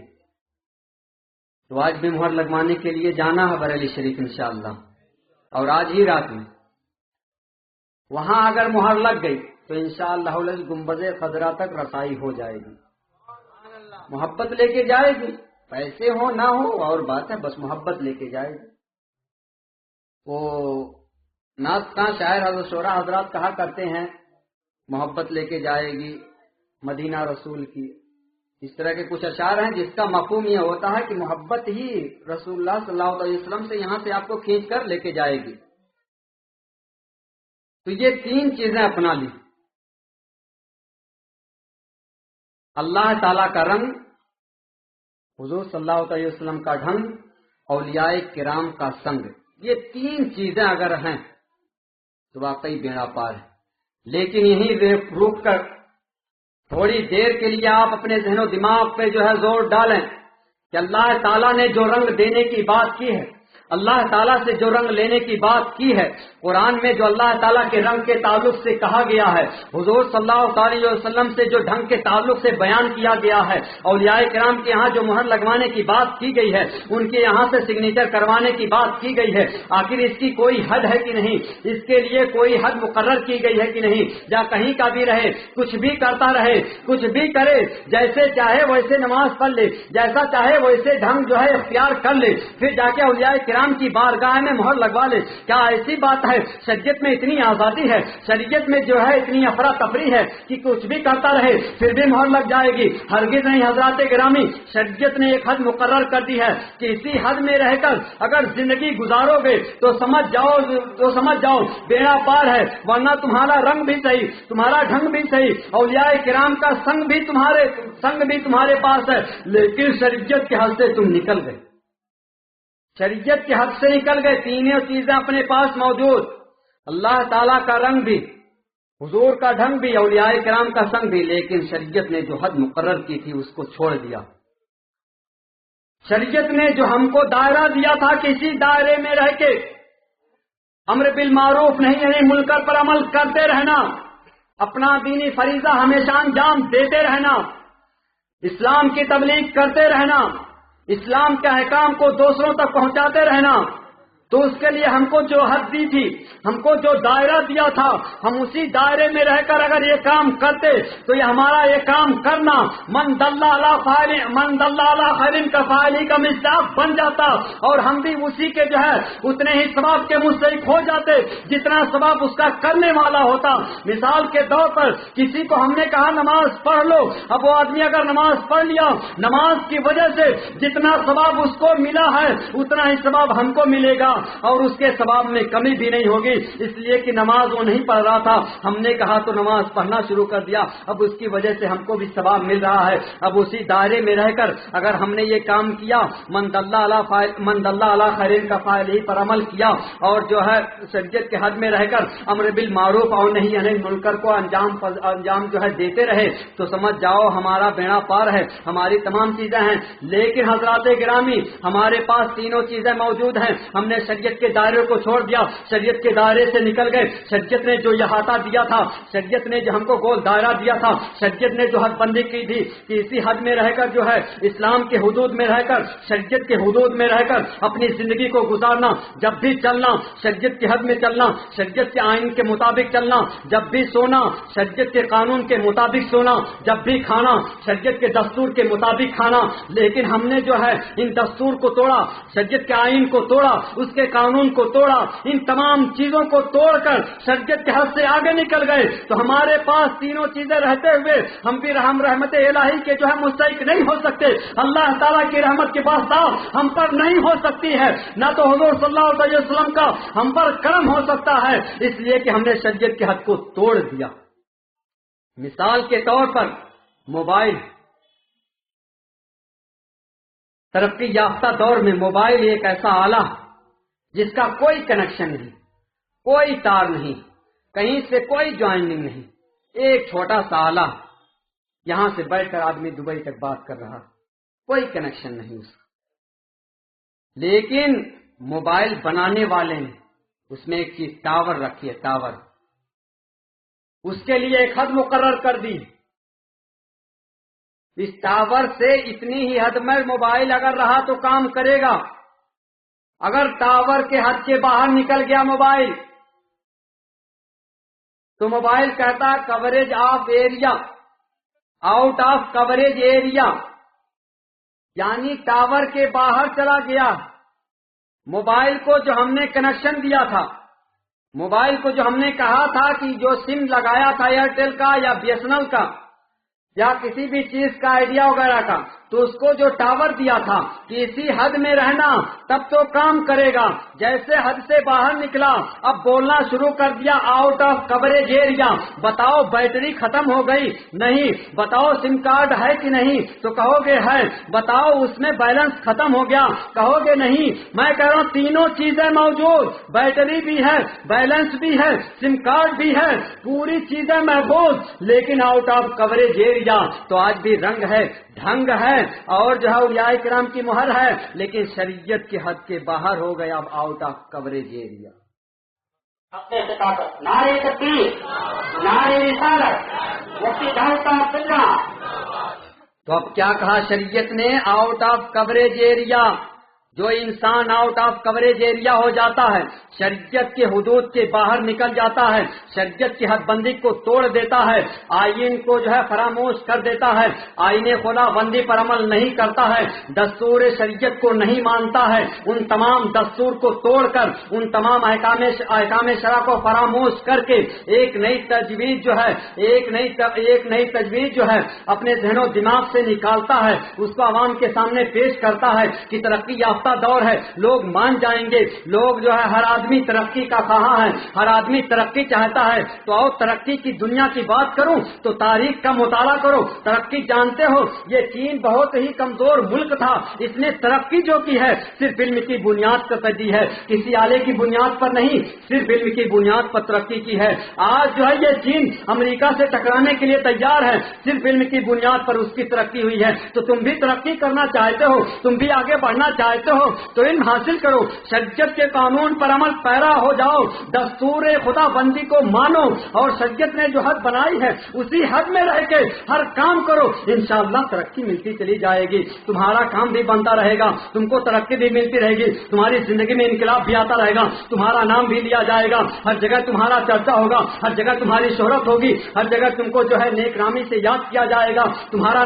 تم تو یہی نام و نمود کے خواہش مند ہو، تم تو یہی چاہتے ہو دنیا میں ہمارا نام ہو جائے، پوری دنیا والے ہم کو جاننے لگیں، پوری دنیا والے ہم کو پہچاننے لگیں۔ تو آؤ جو ہے ہم چین جیسا ہم بھی کام کر لیتے ہیں، ہم کو جو کہا گیا علم حاصل کرو تو علم حاصل کرو، یہ ہمارے شریعت کی بات ہے، یہ ہم کو ہمارے آقا کائنات صلی اللہ علیہ وسلم نے سکھایا ہے، یہی ہم کو جو ہے حدیث سے پیغام ملا ہے کہ علم دین حاصل کرو، اور صرف علم دین ہی کی بات نہیں ہے، ایک مقام تو ایسا آتا ہے جہاں سرکار نے کہہ دیا ہے کہ علوم کو حاصل کرو، علم کو حاصل کرو، وہاں کسی چیز کی قید نہیں لگائی ہے، کسی چیز کی پابندی نہیں لگائی ہے، مطلق علم کا لفظ استعمال کیا گیا ہے۔ اب جس سے بھی جانکاری ہو، جس سے بھی علم میں اضافہ ہو، جس سے ہماری معلومات میں جو ہے زیادتی ہو، وہ چیز ہم حاصل کر سکتے ہیں۔ اب وہ چاہے دنیا کا علم ہو یا جو ہے دنیا کا علم ہو یا شریعت کا علم ہو یا علوم دینیہ ہو یا علوم عصریہ ہو، تمام علموں کو سیکھنے کے لیے سرکار نے فرمایا ہے، سرکار نے کہا کہ علم انسان کا کھویا ہوا مال ہے، وہ جہاں اس کو پائے لے لے، جو اسی کا حق ہے۔ تو حضرات گرامی بتائیے، اب علوم عصریہ بھی اس میں آ جاتے ہیں، اس حدیث کے مستحق ہو جایا کرتے ہیں، لہذا آپ علوم عصریہ سے جو ہے شغف رکھتے ہیں، اس سے شوق رکھتے ہیں، اس کا ذوق رکھتے ہیں، لیکن جو اصل ہے، جو کل ہے، جو سب سے پہل ہے، جس سے زندگی ہماری دوبھر ہو جائے گی، جس سے ہمارا جینا مشکل ہو جائے گا، تو جو پہلے ضروری جو ہے اس علم کو جو ہے ڈھونڈو، اس علم کو تلاش کرو، اس کے بعد اگر آپ کے پاس وقت بچتا ہے، آپ کے پاس فرصت ہے، آپ کے پاس مواقع فراہم ہیں، تو آپ جو ہے علوم عصریہ کی تلاش میں لگ جائیں۔ لیکن حضرات گرامی سب سے پہلے علوم دینیہ ہی جو ہے ضروری ہے، اسی کو تلاش کریں، اسی کو حاصل کریں، اس لیے کہ اس سے زندگی بنتی ہے، اسی سے جو ہے زندگی سنورتی ہے، اسی سے دنیاوی بیڑا پار ہوتا ہے اور آخرت میں بھی کامیاب و کامرانی ملتی ہے۔ درود پاک پڑھیں، اللہم صلی علی سیدنا و شفیعنا مولانا محمد بارک وسلم صلاۃ و سلام علیک یا رسول اللہ صلی اللہ تعالی علیہ وسلم۔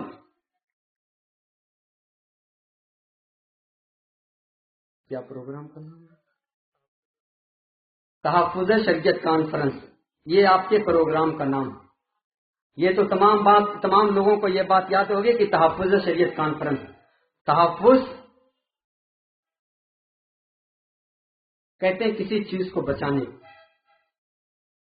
تحفظ شریعت، شریعت کو بچانے کے لیے اس کانفرنس کا انعقاد عمل میں آیا۔ مثال کے طور پر جب شریعت کے کسی حکم سے منہ موڑا جا رہا ہو، شریعت کے کسی حکم کی خلاف ورزی کی جا رہی ہو، ایسے وقت میں ضروری ہوتا ہے مصلحت یا اتحاد، اتفاق اور دیگر تمام چیزوں کو قطع نظر سائڈ میں رکھ کر اب شریعت کے اس حکم پر عمل کرنا ضروری ہوتا ہے۔ بلکہ بعض وقت میں تو یہ کہا گیا ہے کہ اگر بہرحال وہ سنت ہے یا اور کوئی دوسری چیز ہے یا مستحب ہے، لیکن جب اس کو فراموش کر دیا جا رہا ہو، جب اس کو بھلایا جا رہا ہو، جب اس کا نام و نشان مٹایا جا رہا ہو، جب اس کو جو ہے ہر طرف سے جو ہے اس کو ایک دم فراموش کیا جا رہا ہو، ایسے وقت میں اس مستحب پہ عمل کرنا واجب کے مقدار ہو جاتا ہے، واجب کے برابر ہو جاتا ہے مستحب پہ عمل کرنا، یعنی کہ ضروری ہوتا ہے تو مستحب پہ عمل کیا جائے۔ اس لیے کہ اگر کچھ دنوں تک اور چھوڑا گیا، کچھ دنوں تک اور فراموش کیا گیا، کچھ دنوں تک اگر اس حکم سے اور منہ موڑا گیا اور اس کو بھولا رہ گیا تو ہو سکتا ہے اس کا نام و نشان مٹ جائے، بعد میں آنے والی نسلیں یہ جان ہی نہ سکیں فاتحہ کیا تھا یہ جان ہی نہ پائیں۔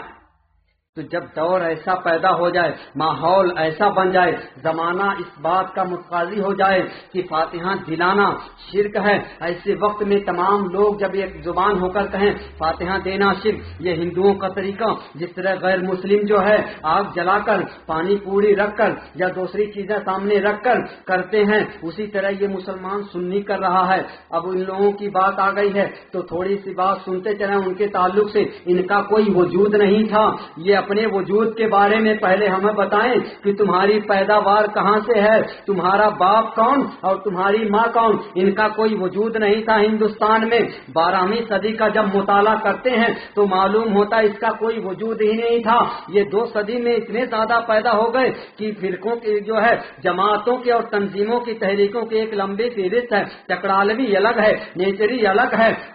قادیانی الگ ہے اور قادیانی الگ ہے، جماعت اسلامی الگ ہے۔ میں نے کہا کہاں غائب تھے اعلیٰ حضرت سرکار جب تھے تو کوئی جو ہے سر نہیں اٹھا رہا تھا، جب وہ چلے گئے دنیا سے پردہ فرما گئے تو بہت ساری جماعت آ گئی، بہت سارے لوگ آئے گئے۔ اس وقت صرف وہابی کا نام تھا تو اعلیٰ حضرت سرکار نے رد وہابیہ اتنا بلیغ انداز میں فرمایا ہے کہ جیسا سوال تھا اسی کے مطابق ایسا جواب دیا ہے۔ ان کے جتنے اعتراضات تھے سب حضور صلی اللہ علیہ وسلم کی ذات پر تھے، ان کے علوم پر تھے، ان کی نورانیت پر تھے، ان کی بشریت پہ تھے۔ تو اعلیٰ حضرت سرکار نے پورے سوالوں کا جواب بھی اسی انداز میں دیتے چلے گئے۔ جب اعتراض جس نوعیت کا تھا، جس نوعیت کا تھا، جس معیار کا تھا، جواب بھی اسی نوعیت کا، اسی معیار کا دیتے چلے گئے۔ آج بھی لوگ کہنے لگے تمہارے اعلیٰ حضرت سرکار نے جو ہے اللہ تعالیٰ کے بارے میں کچھ نہیں کہا۔ ابھی اعتراض تمہارے باپ پر ہو رہا ہے، جواب ماں کا دو گے؟ اعتراض باپ پر ہے، ماں کا جواب دے گو تو اعتراض حضور صلی اللہ علیہ وسلم پہ ہو رہا ہے، ان کے علم غیب پہ ہو رہا ہے، ان کی بشریت پہ ہو رہا ہے، ان کی نورانیت پہ ہو رہا ہے، گنبد خضرا کی حاضری پہ ہو رہا ہے، جانا شرک۔ اب جواب کعبہ شریف کا دیا جائے گا کہ کعبہ شریف میں جانا شرک، کہ وہاں گنبد خضرا کی حاضری کا جواب دیا جائے گا؟ تو اعتراض جہاں کا رہتا ہے جواب وہیں کا دیا جاتا ہے، یہ ان کی بات ہے۔ اس کے بعد 12ویں صدی کے بعد ایک لمبی فہرست تیار ہو گئی، تو بہت ساری تحریکیں، یہ کوئی فرقہ نہیں ہے، سب تحریکیں ہیں۔ جماعت اسلامی ایک تحریک ہے، تبلیغی جماعت ایک تحریک ہے، اور چکڑالے بھی یہ بھی ایک تحریک ہے۔ مولوی الیاس نے تبلیغی جماعت کا بانی، مولوی الیاس تبلیغی جماعت کا بانی، جماعت اسلامی کا بانی ابو العلا مودودی جو پہلے اورنگ آباد میں رہتا تھا، اس کے بعد چلا گیا تھا پاکستان۔ تو اس طرح یہی لوگ ہیں۔ اور وہابیوں کا یہاں ہندوستان میں بانی وہی جو ہے مولوی اسماعیل دہلوی، اس کا اصل بانی محمد بن عبداللہ ہے۔ اس نے جو ہے کتاب تقویت الایمان لکھی،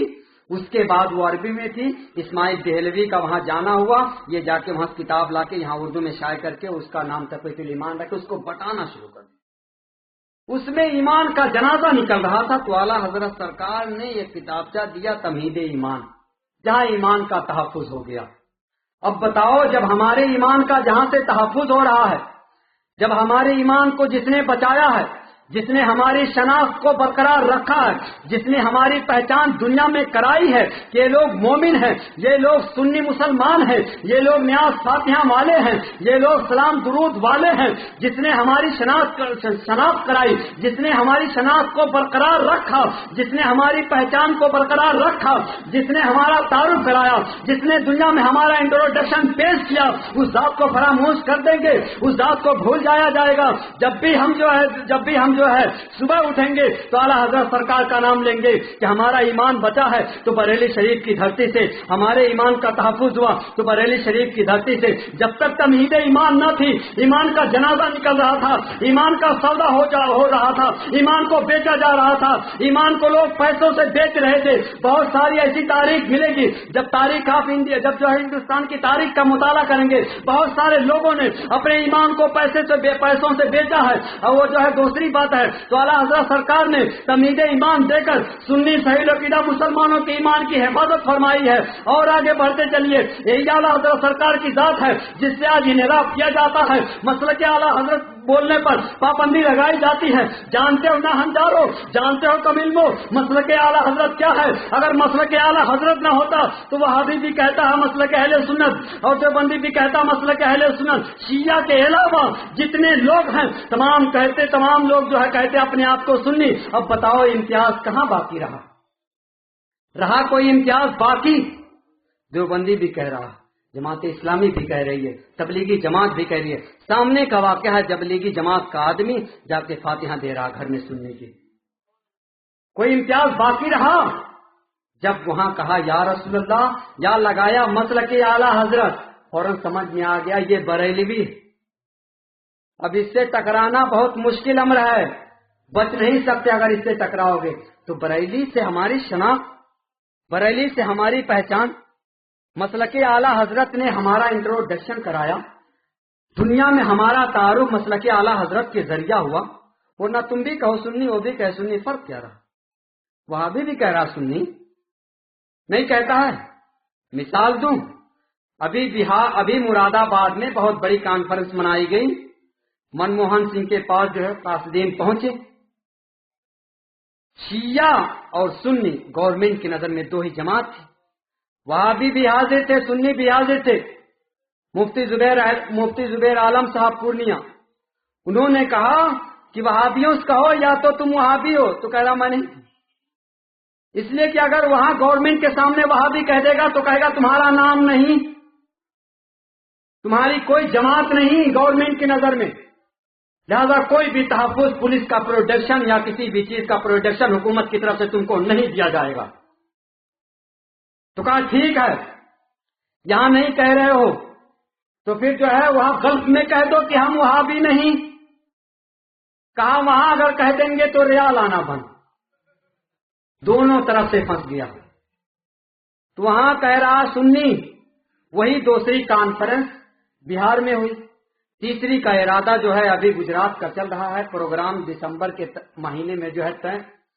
کیا گیا تھا کہ دسمبر کی کسی تاریخ کو طے کیا جائے گا، جہاں اپنی جو ہے تعداد بتانی ہے، صرف اپنی تعداد کو بتانا ہے کہ ہم لوگ سنی تعداد میں زیادہ ہیں، ورنہ جو بڑی بڑی خانقاہیں ہیں تمام وہ بورڈ میں چل جائیں، اور بورڈ میں جانے کے بعد پوری کمائی، وہاں کی پوری آمدنی جو ہے وہابیوں کی جا رہی ہے، اور یہی کہتے ہیں کہ یہاں جانا شرک ہے۔ تو جب وہاں جانا شرک تو وہاں کی کمائی بھی شرک، وہاں کا کھانا بھی حرام ہوگا، لیکن جانا شرک، کمائی جائز، یہ وہابیوں کی پالیسی ہے۔ مسلمانوں سمجھو، تو بتا رہا تھا یہ چیز، یہ ایمان کی بات تھی۔ تو یہ تمام تحریکیں، تو اب اگر ان کے نقش قدم کو ہم بھی اپنا لیں، اسی طور طریقے کو ہم بھی اپنا لیں تو ہماری پہچان کیا رہے؟ وہابیوں کی طرح ہم بھی در بدر پھٹکتے رہیں، تبلیغی جماعت کی طرح ہم بھی جو ہے جماعت نکالتے رہیں، 40 لوگوں کو لیا، چلے گئے مسجد میں، کھانا پینا ہگنا سونا موتنا سب اسی میں۔ بتاؤ مسجدوں کی پامالی ہو رہی کہ نہیں؟ مسجد کو جو ہے جس لیے بنایا گیا تھا اس کا حکم یہ ہے کہ مسجد کا کوڑا، مسجد میں جھاڑو لگانے کے بعد اگر کوئی انسان اس کو جو ہے کوڑا کرکٹ میں نہ پھینکے، بلکہ اس مسجد کے کوڑے کو دفن کرنے کا حکم ہے، عام جگہوں پہ پھینکنے کا حکم نہیں، اس پر اب قدم رکھنے کا حکم نہیں، عام جگہوں پہ پھینکنے کا حکم نہیں، نالیوں میں پھینکنے کا حکم نہیں ہے، اس کو دفن کر دو یا ایسی محفوظ جگہ پہ رکھ دو جہاں کوئی آدمی گندگی نہ پھینک پائے، جہاں کسی کا قدم نہ پڑنے پائے۔ تو یہ مسجد کے کوڑے کا حکم ہے، اور تم جا کے اسٹو جلاؤ، وہاں کھاؤ، وہاں پکاؤ، وہاں سو، یہ کب جائز ہو سکتا ہے مسلمانوں؟ یہ مسجدوں کے حکم کی پامالی ہو رہی ہے، مسجدوں کی بے حرمتی ہو رہی ہے۔ مسجدوں کو اس لیے نہیں بنایا گیا ہے، یہ عبادت الہی کے لیے بنائی جاتی ہیں، یہاں اللہ تعالیٰ کی عبادت ہوتی ہے، اب یہاں جا کے دوسرا کام کرنے لگو گے، ہرگز نہیں جائز ہوگا۔ یہ منبر رسول ہے، یہاں کوئی دوسرا کام دیا جائے، یہاں اسلام کے پیغام کے علاوہ کوئی دوسرا پیغام دیا جائے تو کوئی جو ہے روک سکتا، تو کوئی بھی کہہ سکتا ہے، کوئی بھی انگلی اٹھا سکتا ہے، مولانا تم کیسی بات کر رہے ہو، یہ منبر رسول ہے۔ اب اس کے علاوہ کوئی دوسرا آدمی اسی منبر رسول پہ لا کے کوئی دوسرا کام کرنے لگے، ٹی وی اگر دکھانے لگے تو آپ بتاؤ جائز ہوگا؟ بولو ایک زبان ہو کر۔ تھوڑی سی بات اسی ٹی وی کے تعلق سے، یہ ٹی وی گھر میں ہے، باپ بھی دیکھ رہا، بیٹی بھی دیکھ رہی ہے، ماں بھی دیکھ رہی ہے، بہو بھی دیکھ رہا ہے، بہو بھی دیکھ رہی ہے، یعنی گھر کے پورے افراد دیکھ رہے ہیں۔ اس کی سین پتہ نہیں کیسی آ سکتی، یہ تو آپ کو معلوم نہیں نا کہ کیا کیا ہو سکتا اس میں۔ وہ کانچ کے اندر، وہ جہاں سے سپلائی ہو رہی ہے وہاں تک آپ کی رسائی ہے، یہاں پہ ایک کانچ دیکھ رہے ہیں آپ، جو ہے آپ کی نظر ایک کانچ ایک شیشے پر ہے، شیشے پہ تصویر ابھر کر آتی ہے، اسی کا آپ دیکھتے ہیں۔ اگر کوئی گندی چیز آ گئی، کچھ اور کر رہا ہے اسی کانچ پر، بہن بھی دیکھ رہی ہے، بیٹی بھی دیکھ رہی ہے، ماں بھی دیکھ رہی ہے۔ اب بتاؤ وہ بیٹی جو کل دلہن بن کے کسی کے گھر جانے والی ہے، جس کے تعلق سے سرکار نے فرمایا جس کے گھر میں آ جائے تو اس کے قدموں کے نیچے 7 نہریں جاری ہو جاتی رحمت کی، اسی لیے اس دلہن کا، نئی نویلی دلہن کا حکم یہ ہے جب کسی دوسرے گھر میں شادی کر کے نئی نویلی دلہن کو لاؤ، اس کے پیر کو دھل کر پورے گھر میں چھینٹے مار دو، اس لیے یہ آئی ہے اللہ کی رحمت ساتھ لائی ہے۔ اب تمہاری بیٹی تمہارے ساتھ بیٹھ کر دیکھ رہی ہے، اس باپ کے ساتھ بیٹھ کر دیکھ رہے ہیں جس باپ کو اللہ تعالیٰ کے پیارے رسول نے کہا کہ یہ جنت کا دروازہ ہے، اور وہ ماں بھی بیٹھی ہوئی ہے جس ماں کے تعلق سے کہا گیا کہ اس کے قدموں کے نیچے جنت ہے۔ اب گندی سین جب اس بیٹی کو نظر آئے گی، بتاؤ اس کے جنت کا کب خیال رہے گا، اور باپ کو جنت کے دروازے کا کب خیال رہے گا خیال؟ کوئی ضروری ہے کہ ہمیشہ اس پہ اچھی بات بتائی جائے؟ کوئی ضروری ہے ہمیشہ جو ہے اس پہ ٹی وی پہ ڈاکٹر ذاکر نائک ہی بولتا رہے؟ کوئی ضروری ہے ہمیشہ ڈاکٹر طاہر القادری ہی بولتا رہے؟ کوئی ضروری ہے کہ اس پہ ہمیشہ اچھی بات کی جائے؟ کوئی ضروری ہے کہ ہمیشہ قرآن ہی سنایا جائے؟ ارے اس کا دیکھنا، اس کو آن کرنا ہی سب سے پہلے اس کا مونوگرام، پھر اس کی جو اس کو پرچارک ہوتے ہیں اس کا پورا تعارف ہوتا ہے، اس کا پہلے انٹروڈکشن ہوتا ہے کہ یہ کون لانچ کر رہا ہے، یہ پروگرام کہاں سے آ رہا ہے، کس نے بھیجا ہے، اس کا پورا پرچار ہوتا ہے۔ اب وہ کون کون سی چیزیں ہوتی ہیں، کبھی کریم کا، کبھی صابن کا، کبھی شیمپو کا، یہ تمام پرچار ہوتا، پرچارک لڑکی ہوتی ہے۔ اب بتاؤ کسی عورت کی طرف نظر کرنا جائز ہے یا ناجائز ہے؟ تمام لوگ بولو شریعت کے قانون کی بات ہے، شریعت کے دستور کی بات ہے، شریعت کے آئین کی بات ہے۔ قرآن نے کہا کسی غیر محرم کی طرف نظر اٹھانا حرام ہے۔ اب وہ نظر اٹھانا حرام ہے، جب بیٹی جو ہے جوان ہو جائے گی، اب باپ بھی اس کی کمر نہیں چھو سکتا ہے، اس کی طرح باپ بھی جو ہے اس کی کمر پہ ہاتھ نہیں رکھ سکتا ہے۔ لیکن آج کا ماحول اور آج کا معاشرہ ٹی وی رکھنے کی وجہ سے بگڑ گیا، ٹی وی رکھنے کی وجہ سے ہی بگڑا۔ اگر ایک چیز 10 برائیاں لاتی ہیں اور ایک اچھائی لاتی ہے، اب بتاؤ تو اس کو رکھا جائے گا؟ نہیں رکھا جائے گا حضرات گرامی۔ اگر ایک اچھی چیز ہو 10 بری چیز ہو تو 10 چیزوں کا دروازہ بند ہو جائے گا، تو بہرحال ایک دوسری جو اچھی چیز ہے اس کو کسی دوسرے سے بھی حاصل کیا جا سکتا ہے۔ کوئی ضروری نہیں ہے کہ 10 برائیاں پیدا کر کے 10 برائیوں کو جنم دے دے کے۔ اب سنو، اگر 10 برائیوں کو جنم دیا ہے اس کا عذاب تمہارے سر جائے گا، کہ ایک اچھی چیز کے لیے تم نے 10 برائیوں کو جنم دیا ہے، 10 برائیوں کو پیدا کیا ہے. جتنا پیدا کرنے والے پر جو ہے حق ہے، اسی طرح 10 برائیوں کو لانے والے پر بھی اتنا ہی حق ہوگا، اتنی ہی سخت گرفت ہوگی، اتنی ہی سخت پکڑ ہوگی. ان رب کا کیا قرآن شریف کی آیت ہے، مفہوم آیت بتا رہا ہوں. کہا گیا قرآن نے کہا کہ تمہارے رب کی پکڑ بہت سخت ہے. ان بطش ربک لشدید، یہ قرآن کی آیت. تمہارے رب کی پکڑ بہت سخت ہے. تم نے گناہ کیا، زنا کیا، چلے گئے گھر، شراب پیا، چلے گئے گھر، ڈاکہ ڈالا، چلے گئے گھر. کیا کچھ بھی نہیں ہو رہا ہے، مولانا لوگ بولتے رہتے. تو دیکھو اسلامی بھائیو، کان کھول کر سن لو، اللہ تعالیٰ ڈھیل دے رہا، اللہ تعالیٰ ڈھیل دے رہا ہے. یہ مت کہو کہ کچھ نہیں ہوتا ہے. ارے ہوتا تو اتنا ہے، اتنا ہوگا کہ اتنا سوچ بھی نہیں سکتے. حضور صلی اللہ علیہ وسلم کو اللہ تعالیٰ نے فرما دیا ہے، اللہ تعالیٰ نے فرما دیا ہے وما ارسلناک الا رحمۃ للعالمین، اے محبوب ہم نے تم کو رحمت بنا کر بھیجا ہے. اب اللہ تعالیٰ جو ہے اگر عذاب کرنے لگے پھر حضور کی رحمت کے پر اعتراض وارد ہو جائے گا، حضور کی رحمت پہ اعتراض واقع ہو جائے گا کہ جب اللہ تعالیٰ کے پیارے رسول کی رحمت تھی، جب وہ رحمت للعالمین تھے، پوری کائنات کے لیے رحمت بنا کر بھیجے گئے تھے. اب جب عذاب میں مسلمان گرفتار تھا، جب اس پر عذاب خدا بندی ہو رہا تھا، بتاؤ اللہ تعالیٰ کے پیارے رسول کی رحمت کہاں چلی گئی تھی؟ تمہارے رسول کی رحمت کہاں منہ چھپائی بیٹھی تھی؟ تو حضرات گرامی، یہ حضور کی رحمت ہے جو تم کو بار بار چھٹکارا دے رہی ہے، جو تم گناہوں سے بار بار جو ہے بچے جا رہے ہو. ورنہ وہی تم کو عذاب ہو جاتا، وہی عذاب کے فرشتے آ جاتے اور تم کو بتا دیا جاتا کہ تم گناہ کر رہے ہو، یہ ڈاکہ ڈال رہے ہو، یہ چوری کر رہے ہو، یہ شراب نوشی کر رہے ہو. اللہ کا عذاب آتا، اللہ کا عتاب آتا، فوراً تم سمجھ جاتے. لیکن اللہ ڈھیل دے رہا ہے. اس کا یہ ہرگز مطلب مت نکالو کہ کچھ بھی نہیں ہوتا ہے. حضرات گرامی، ہوتا بہت کچھ ہے. بہرحال وقت ابھی جو ہے آپ وقت ہے جو ہے توبہ کر لیجئے. توبہ کا دروازہ ہمیشہ کھلا ہے اور ہمیشہ کھلا ہے. لیکن کب آپ کا دروازہ بند ہو جائے یہ کہاں معلوم ہے. ہم کو یہ معلوم ہے توبہ کا دروازہ ہمیشہ کھلا ہے، لیکن ہمارا دروازہ کب تک کھلا رہے گا؟ ہم کب تک زندہ رہیں گے؟ ہماری حیات کب تک باقی رہے گی؟ کب تک ہماری زندگی ہے یہ نہیں ہم کو معلوم. ابھی رات میں سوئے، صبح پتہ نہیں ہوئی کہ نہیں، صبح بیدار ہوئے کہ نہیں ہوئے، فجر پڑھنے کو نصیب ہوا کہ نہیں ہوا، والدین کے چہروں کی زیارت کرنی نصیب ہوئی کہ نہیں ہوئی. تو حضرات گرامی ہمارا دروازہ کہیں نہ بند ہو جائے. تو حضرات گرامی آج ہی توبہ کر لو. آج آئے ہو نا، مسلک اعلی حضرت کا نعرہ لگا کے جانا، بریلی شریف سے رشتہ جوڑ کے جانا،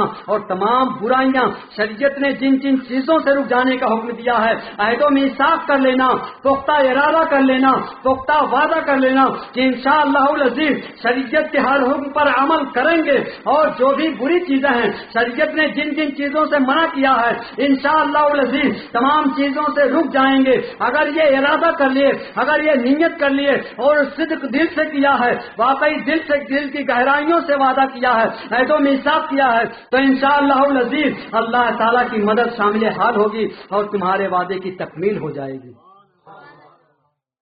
اور اگر زبان سے صرف پڑھ لیا تو بے سود ہے. ورنہ تو فرعون بھی پڑھا تھا جب دریائے نیل میں غرق ہو رہا تھا، فرعون بھی پڑھا تھا لا الہ الا اللہ، لیکن زبان سے پڑھا تھا.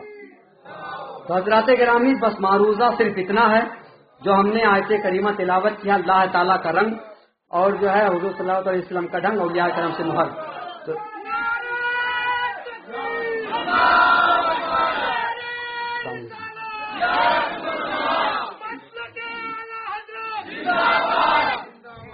نعرے تکبیر، نعرے تکبیر، نعرے رسالت، مفتی شعیب رضا صاحب قبلہ، نعرے تکبیر، نعرے رسالت.